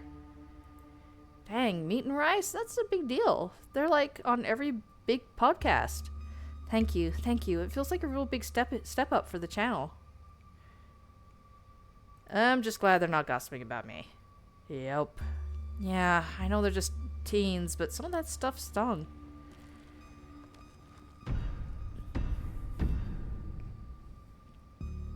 Another knock, closer, interrupts your thoughts, followed by another. Is it just me, or is the knocking coming from the same direction as those kids? Yeah, it's not just you. Okay, that knocking is starting to freak me out. Calm down, Rosalina, it's just mind sounds. Did you guys see that? No, it was just a shadow. There's no reason to get freaked out. I saw it. Shut up, there's nothing down here. Stop trying to scare me. Are we sure the tunnel they went through is going to meet back up with us? I mean, we're still able to hear their voices. At the very least, we're all still heading in the same direction. What did they see? Tommy knockers. Tommy knockers aren't real. But there's a reason people think they make those sounds.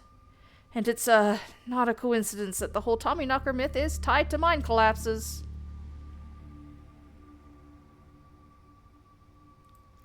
Those poor kids. Is it too mean to call it karma? They've been making fun of us all night. At least now we'll probably be able to actually get them to leave. We're getting closer. Let's keep moving. God, just... As you progress deeper into the mine, the knocking grows more frequent. It's still distant, but it's much louder than before. The tunnel ends abruptly in front of you. A century-old ladder is the only way forward. In the darkness beyond, you could still hear echoes of terrified teens, their panicked arguing bouncing down the pitch-black corridors. Well, looks like the only way forward is that pit, and it sounds like there's somewhere down there. I've never been this far in. It looks like a death trap. Are you sure you want to go down there? You can wait up here, Neeks. I don't think I can climb down and hold Gretchen. Alright, I'm not going to argue with you. That ladder looks older than all of us combined. Good luck. Alright, let's do this. Stella hoists herself over the edge and begins the climb down. You walk to the ladder and climb down. Stay safe, Blaze. Thank you both. Pretty sure this is the way back. Come on. Pretty sure? I thought you'd been down here before. Okay, maybe I didn't get this far in, but whatever. It doesn't matter. I definitely remember the way out. Hurry. I don't want to be down here anymore. I think it was actually this way. Oh, shut up. No one even wanted you to come with us anyway. Becca? Yeah, they're close, all right. Sounds like they're really lost. Voices around you and those of the teens and your companions sound odd, distant. Step forward. There is something in the darkness before you that's much louder, though you don't hear it. Walk towards it. You don't hear it, but you can feel it in your chest, a desperate need to perceive and be perceived. Wrap yourself in the darkness of the pit. Hey, are you alright, Blaze? Bear witness. Stella reaches for your shoulder, but not before the light from your phone illuminates the chamber.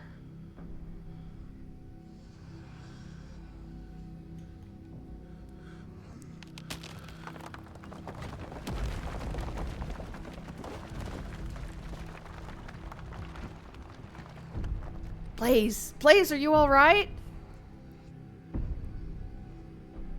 Oh, thank God, you're alive. It looks like you had a seizure or something, and you just conked out. She's okay, Kanika! Thank God! Okay, don't move a muscle. I don't want you straining yourself while you're still recovering from whatever that was. Kanika and I are gonna go get help. We'll be back soon, I promise. You fade back out of consciousness as your companion clambers out of the pit, intent on your rescue. You raise up on your elbows, head still swimming from the visions, your surroundings coming back into focus. Your head throbs as the knocking continues, now magnitudes more intense than ever. Through it, you once again hear the panicked voices of bickering teenagers echoing down the stone corridors. Becca, you're just getting us more lost. It's this way. If you're so sure, then why don't you just leave? I can't believe I let Alexis talk me into inviting you in the first place. Becca, I'm just trying to help. I said go! Okay, I will. Alexis, you don't have to go with her. You know that, right? Pick a side, Alexis. I'm sure Becca knows where we're going. She wouldn't just lie. Sorry, Rosalina. The increasingly desperate voices of the teens are drowned out by the thunderous knocking. You could practically feel the ground shake beneath you. Can almost see the walls vibrate with the intensity of the hellish sound. Keen eye, you can't help but notice the timber struts around you trembling, as if they were being struck by invisible blows with each knock. They're all that stand between you and the many tons of rock overhead, and they suddenly seem terribly fragile. As you settle more into your senses, Rosalina appears in the passageway to your left, out of breath and teary-eyed. I'm so sorry I snuck off like that. I just wanted Alexis to think I was cool. The entire cavern shakes with the sound of rockfall. This place is at least part of it is coming apart. Becca and Alexis are still down there. We can't just leave them here. I know which way they're going. They'll listen to you this time, I promise. Please, I don't want them to die. Powerful build. What's the worst that could happen? Everything turned out okay last night. Who's to say you can't scrounge up another win? This is new? Another dusting of debris falls from the ceiling. You don't have long until this mine collapses on you. I know what's gonna happen, but let's go, kid. Okay, let's do this. Thank you. They're back this way. Hurry! Rosalina runs back to the way she came. follow her. The mines shake with each new thunderous blow as bits of rock and dust follow off the ceiling and scatter on the floor around you. I thought you knew the way out. I thought you'd been down here 1,000,000 times already. I was making it up, okay? We're coming. Just stay where you are. Rosalina, you came back. I don't want to die down here.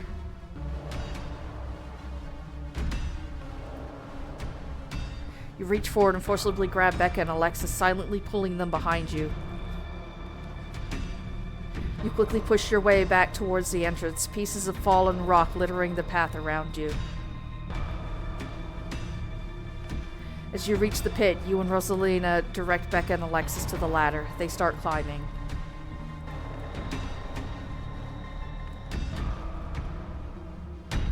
Why could you have just listened to someone other than yourself, Becca? I'm sorry, okay? God! Continue towards the entrance. You push forward, your burning muscles giving way to pure adrenaline. To your horror, you could see cracks forming along the walls of the tunnel. Come on, you gotta go faster! We're almost there, I can see the entrance!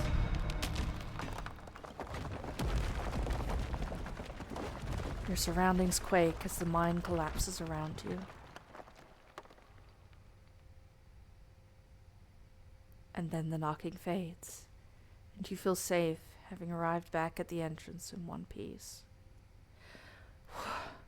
What the fuck? What the fuck? Rosalina, are you okay? Clearly she's not, you idiot. Shut up, Becca. This was your idea to go down there in the first place. This is your fault. This really hurts. Sal and Kanika pop their heads through the mine's entrance. I think I hear voices in there. Oh my god. Rosalina, can you hear me? We're gonna get you out of here, okay? Stella already called in an ambulance. But that means the cops are gonna come. They're gonna know I was drinking. They're gonna know we were in there to drink, right? Becca, that doesn't matter. If my dad finds out, he'll kill me. He can't know. Becca squirms through the gap in the boards and scampers away. Don't worry about her, Rosalina. She's being an asshole. One of us should wait by the gate to make sure they can find us up here. I'm gonna go get Tabby. Alright, I'll go down to the gate. Rosalina, I'm so sorry. I'll be back soon. We're gonna get you out of here. You're gonna be just fine, okay? Blaze and Alexis will keep you safe until then, along with Gretchen. Am I gonna die? Rosalina, don't say things like that. No, I'll lift those boulders myself if I have to. Thanks, Blaze. Rosalina's breath comes in quick, irregular bursts. If I don't make it, tell my dad I'm sorry. I'm the one who has something to be sorry about. This is all me and Becca's fault.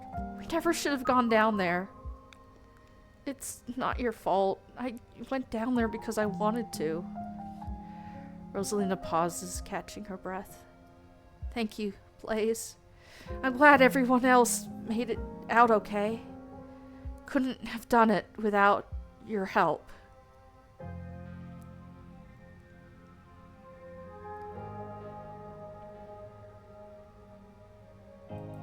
I'm just sorry I couldn't do more. If I didn't stick with Becca once we started getting lost, none of this would have happened. If I'd just been more smart or brave, but I wasn't, and now Rosalina is... Jeez. It's just not fair. You're the nicest person I know, Rosalina. It's not fair that this happened to you, and I'm so sorry. It's okay, Alexis. It's okay.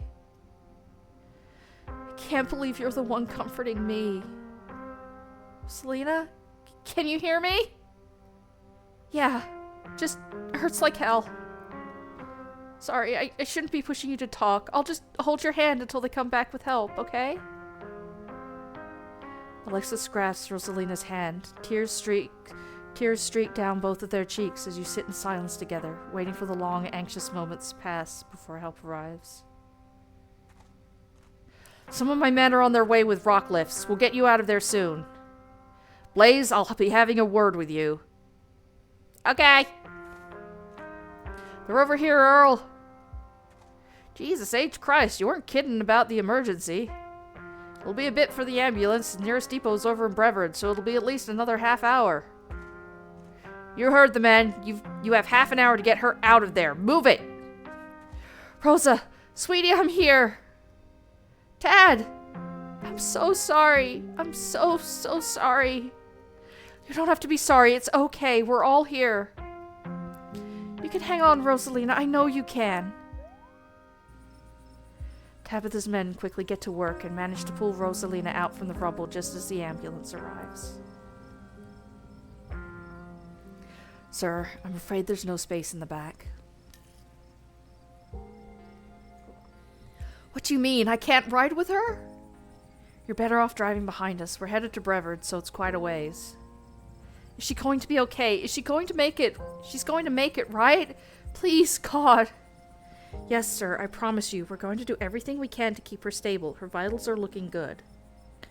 Rosalina, my poor baby. I'll be there as fast as I can, okay? I promise you won't be alone. I love you, Dad. The paramedics load Rosalina into the back of the ambulance and drive off. Oscar approaches you off to the side as the police talk to Tabitha and her men.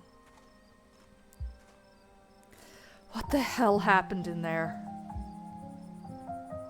Oscar, I'm so sorry. It's okay. It's okay. At least nobody died. What happened, though?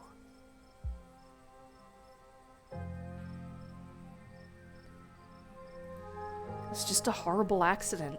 Nobody could have known this would have happened. I mean, sure, but those kids maybe shouldn't have been in an abandoned coal mine. No, this was no teenager's fault. It's a parent's job to make sure their kids don't deliberately put themselves in these dangerous situations. Rosalina was mad at me, and instead of fixing things, the thing that was driving her away, I just ignored it. This is my fault. Oscar, I'm the parent here. I'm sure she thinks I'm making things up about our house being haunted, but I've seen things I can't explain, and it's only gotten worse over time. She told us about it down in the mine. For what it's worth, I believe you. No comment, but after tonight, I don't know. Once you're back from the hospital, we can check it out for you. Thanks, Stella. That means a lot. I've got to go. Mr. Cortez, is it okay if I come too? I want to be there for her. Of course, Alexis. It'll be good for her to see a friendly face. The two of them head over to Oscar's car and they drive off.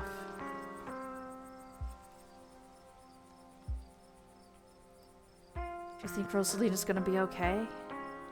The paramedics said she was stable. She's a tough kid. She'll be okay.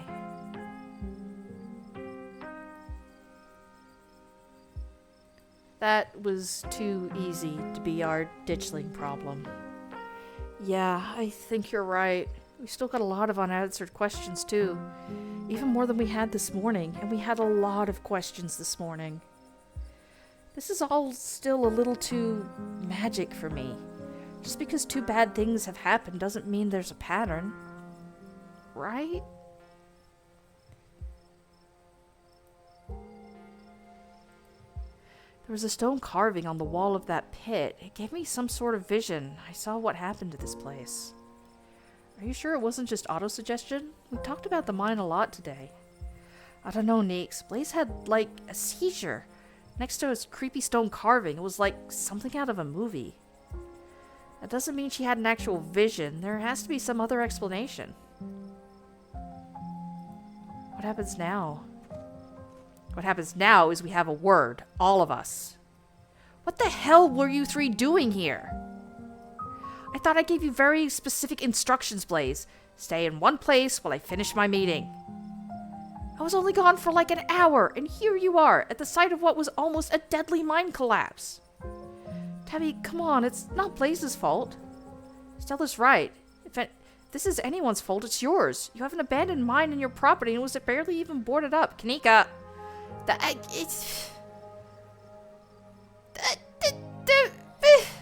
girl! No! It's only a matter of time until something like this happened. Kaneka, I don't know what you know about teenagers, but they're very fucking determined, girly pop. If anything happens to Rosalina, it's on you, Tabitha Scarlet. How dare you? It's not like I put up a big neon sign saying cool place for teens to hang. It's clearly not safe. You three were up here with them. Why didn't you do something to get them out of there sooner?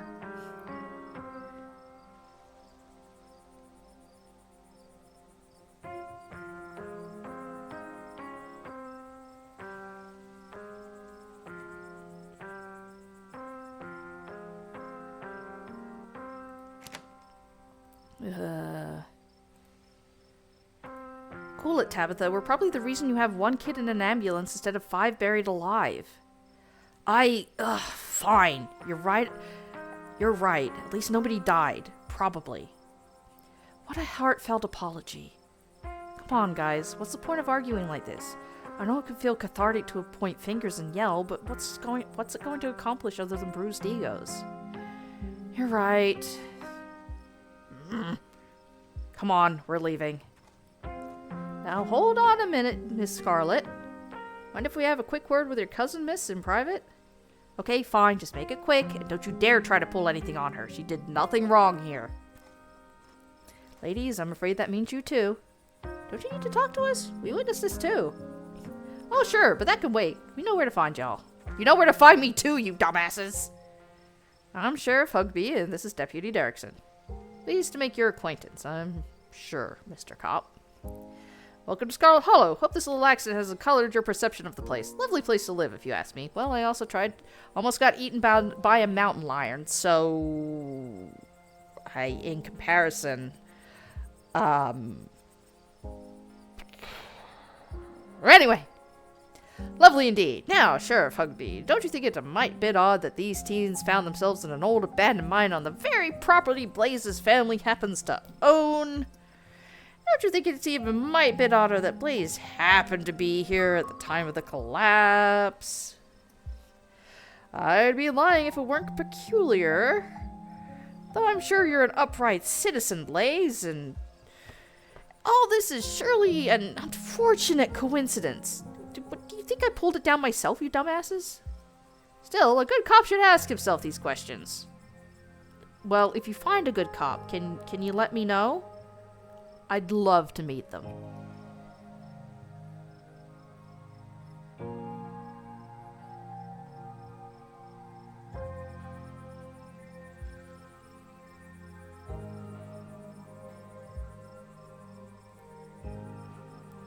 You remain silent as the cops exchange an awkward glance.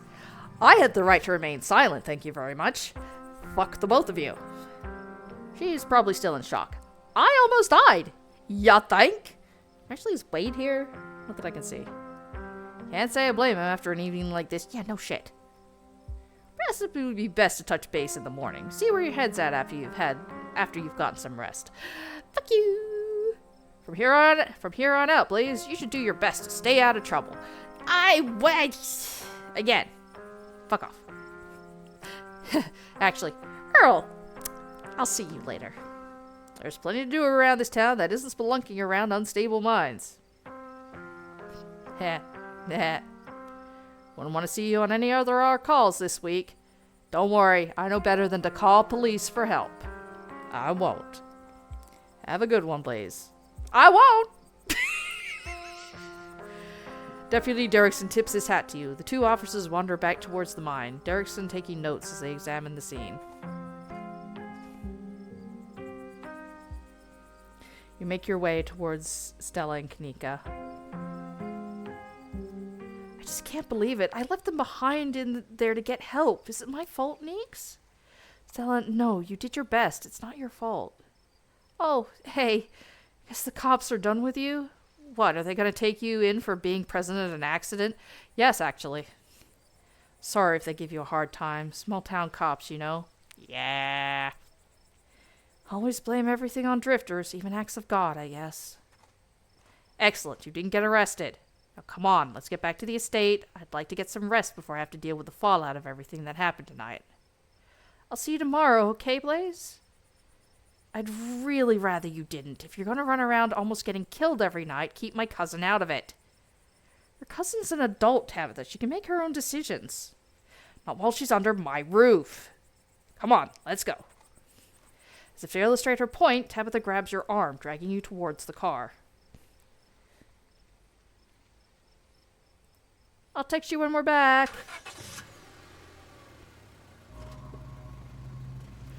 Tabitha doesn't say a word as the car cuts along the darkened road. You try to keep an eye on the surrounding wilderness as she drives, wary of what may lurk behind the tree line.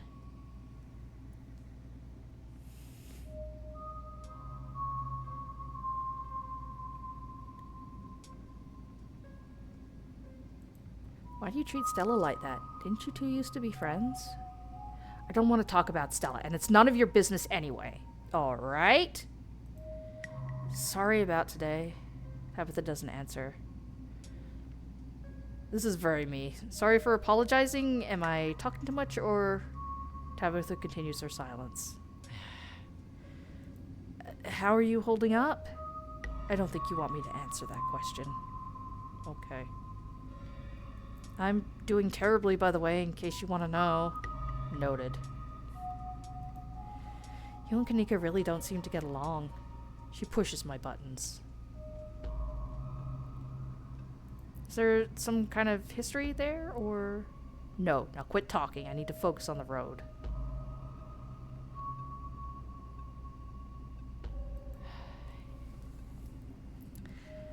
I did pretty much expect this to be worse since I didn't call her. Your eyes wander back to the tree line as you and Tabitha sink back into silence.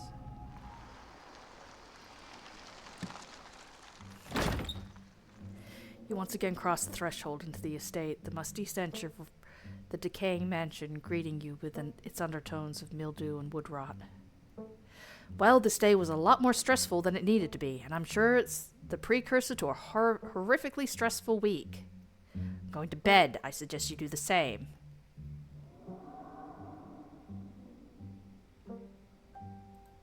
Please, just talk to me. Tabitha closes her eyes for a moment and sighs. There's no point. At the end of the week, you'll go home, and we'll never speak to each other again. We just have to get through this week.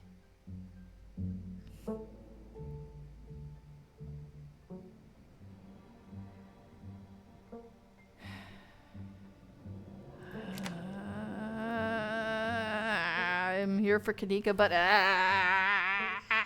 cousin.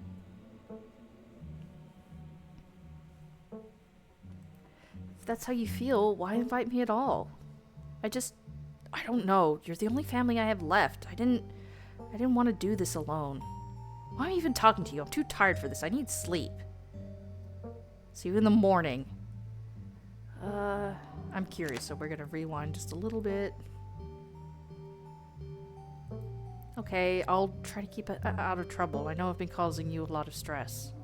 Thanks, you better mean it.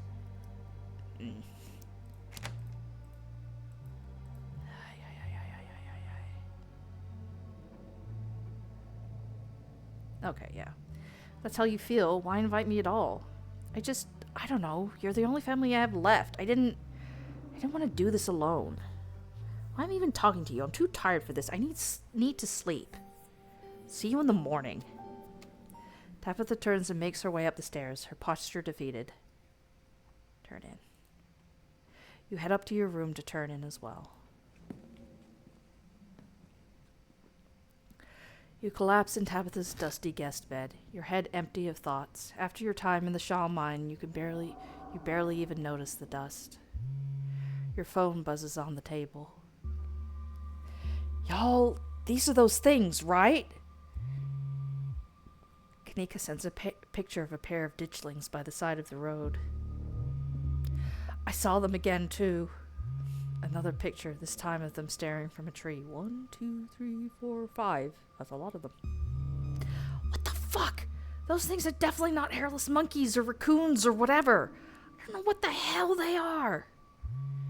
I guess there's more to them being here than the mine collapse. No way am I sleeping tonight. You think about looking out the room window, but at this point, you're too exhausted to leave your bed. Why don't I at least close the blinds? Like, if somebody's, like, looking in, close it. Just close it. Close the blinds.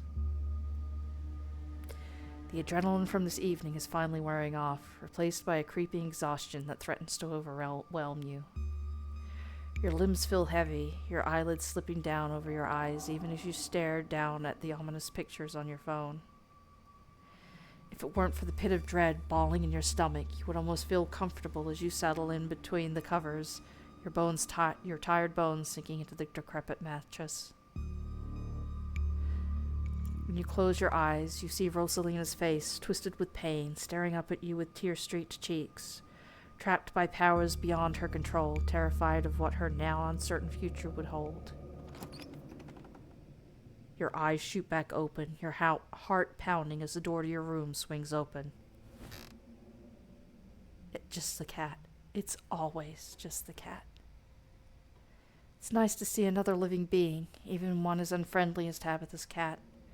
The comfort of her presence sets your mind at ease as you finally slip into a deep sleep.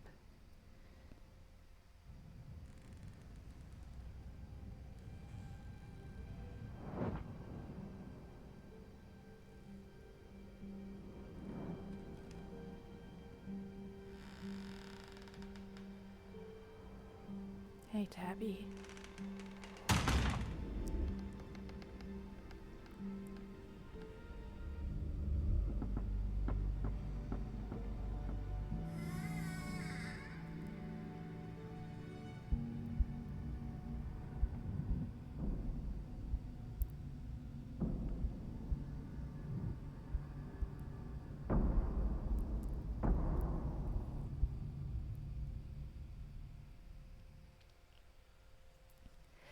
This is the end of episode 2. Episode 3 awaits. Proceed if you dare. If you'd like to continue with this world state in episode 3, please save your game now. And I shall indeed do so. But, as with yesterday, while it's a little shorter stream than usual, again, we would be stopping in the middle of the next chapter if I was to continue, and that's not fun for anyone. So, going to be leaving it here for now. Thank you so much to everybody for stopping by. Thank you for chatting. Thank you for lurking. Thank you for watching the VOD either here or over on YouTube. Again, Chapter 1 of this game is free. There's so much more to this than you see me play through. Like, this is one of the few games where your choices actually matter. And it's not the only one of its kind, which is very true. But just... I can't even emphasize, and I wish I could. There's probably I know there's a lot of like dissecting videos on these things, like talking about it and everything and what makes it a great game, but just yeah, give it a go. And yeah, I hope you all take care, and I hope to catch you all next time. Bye. Take care everybody. Catch you later. Bye.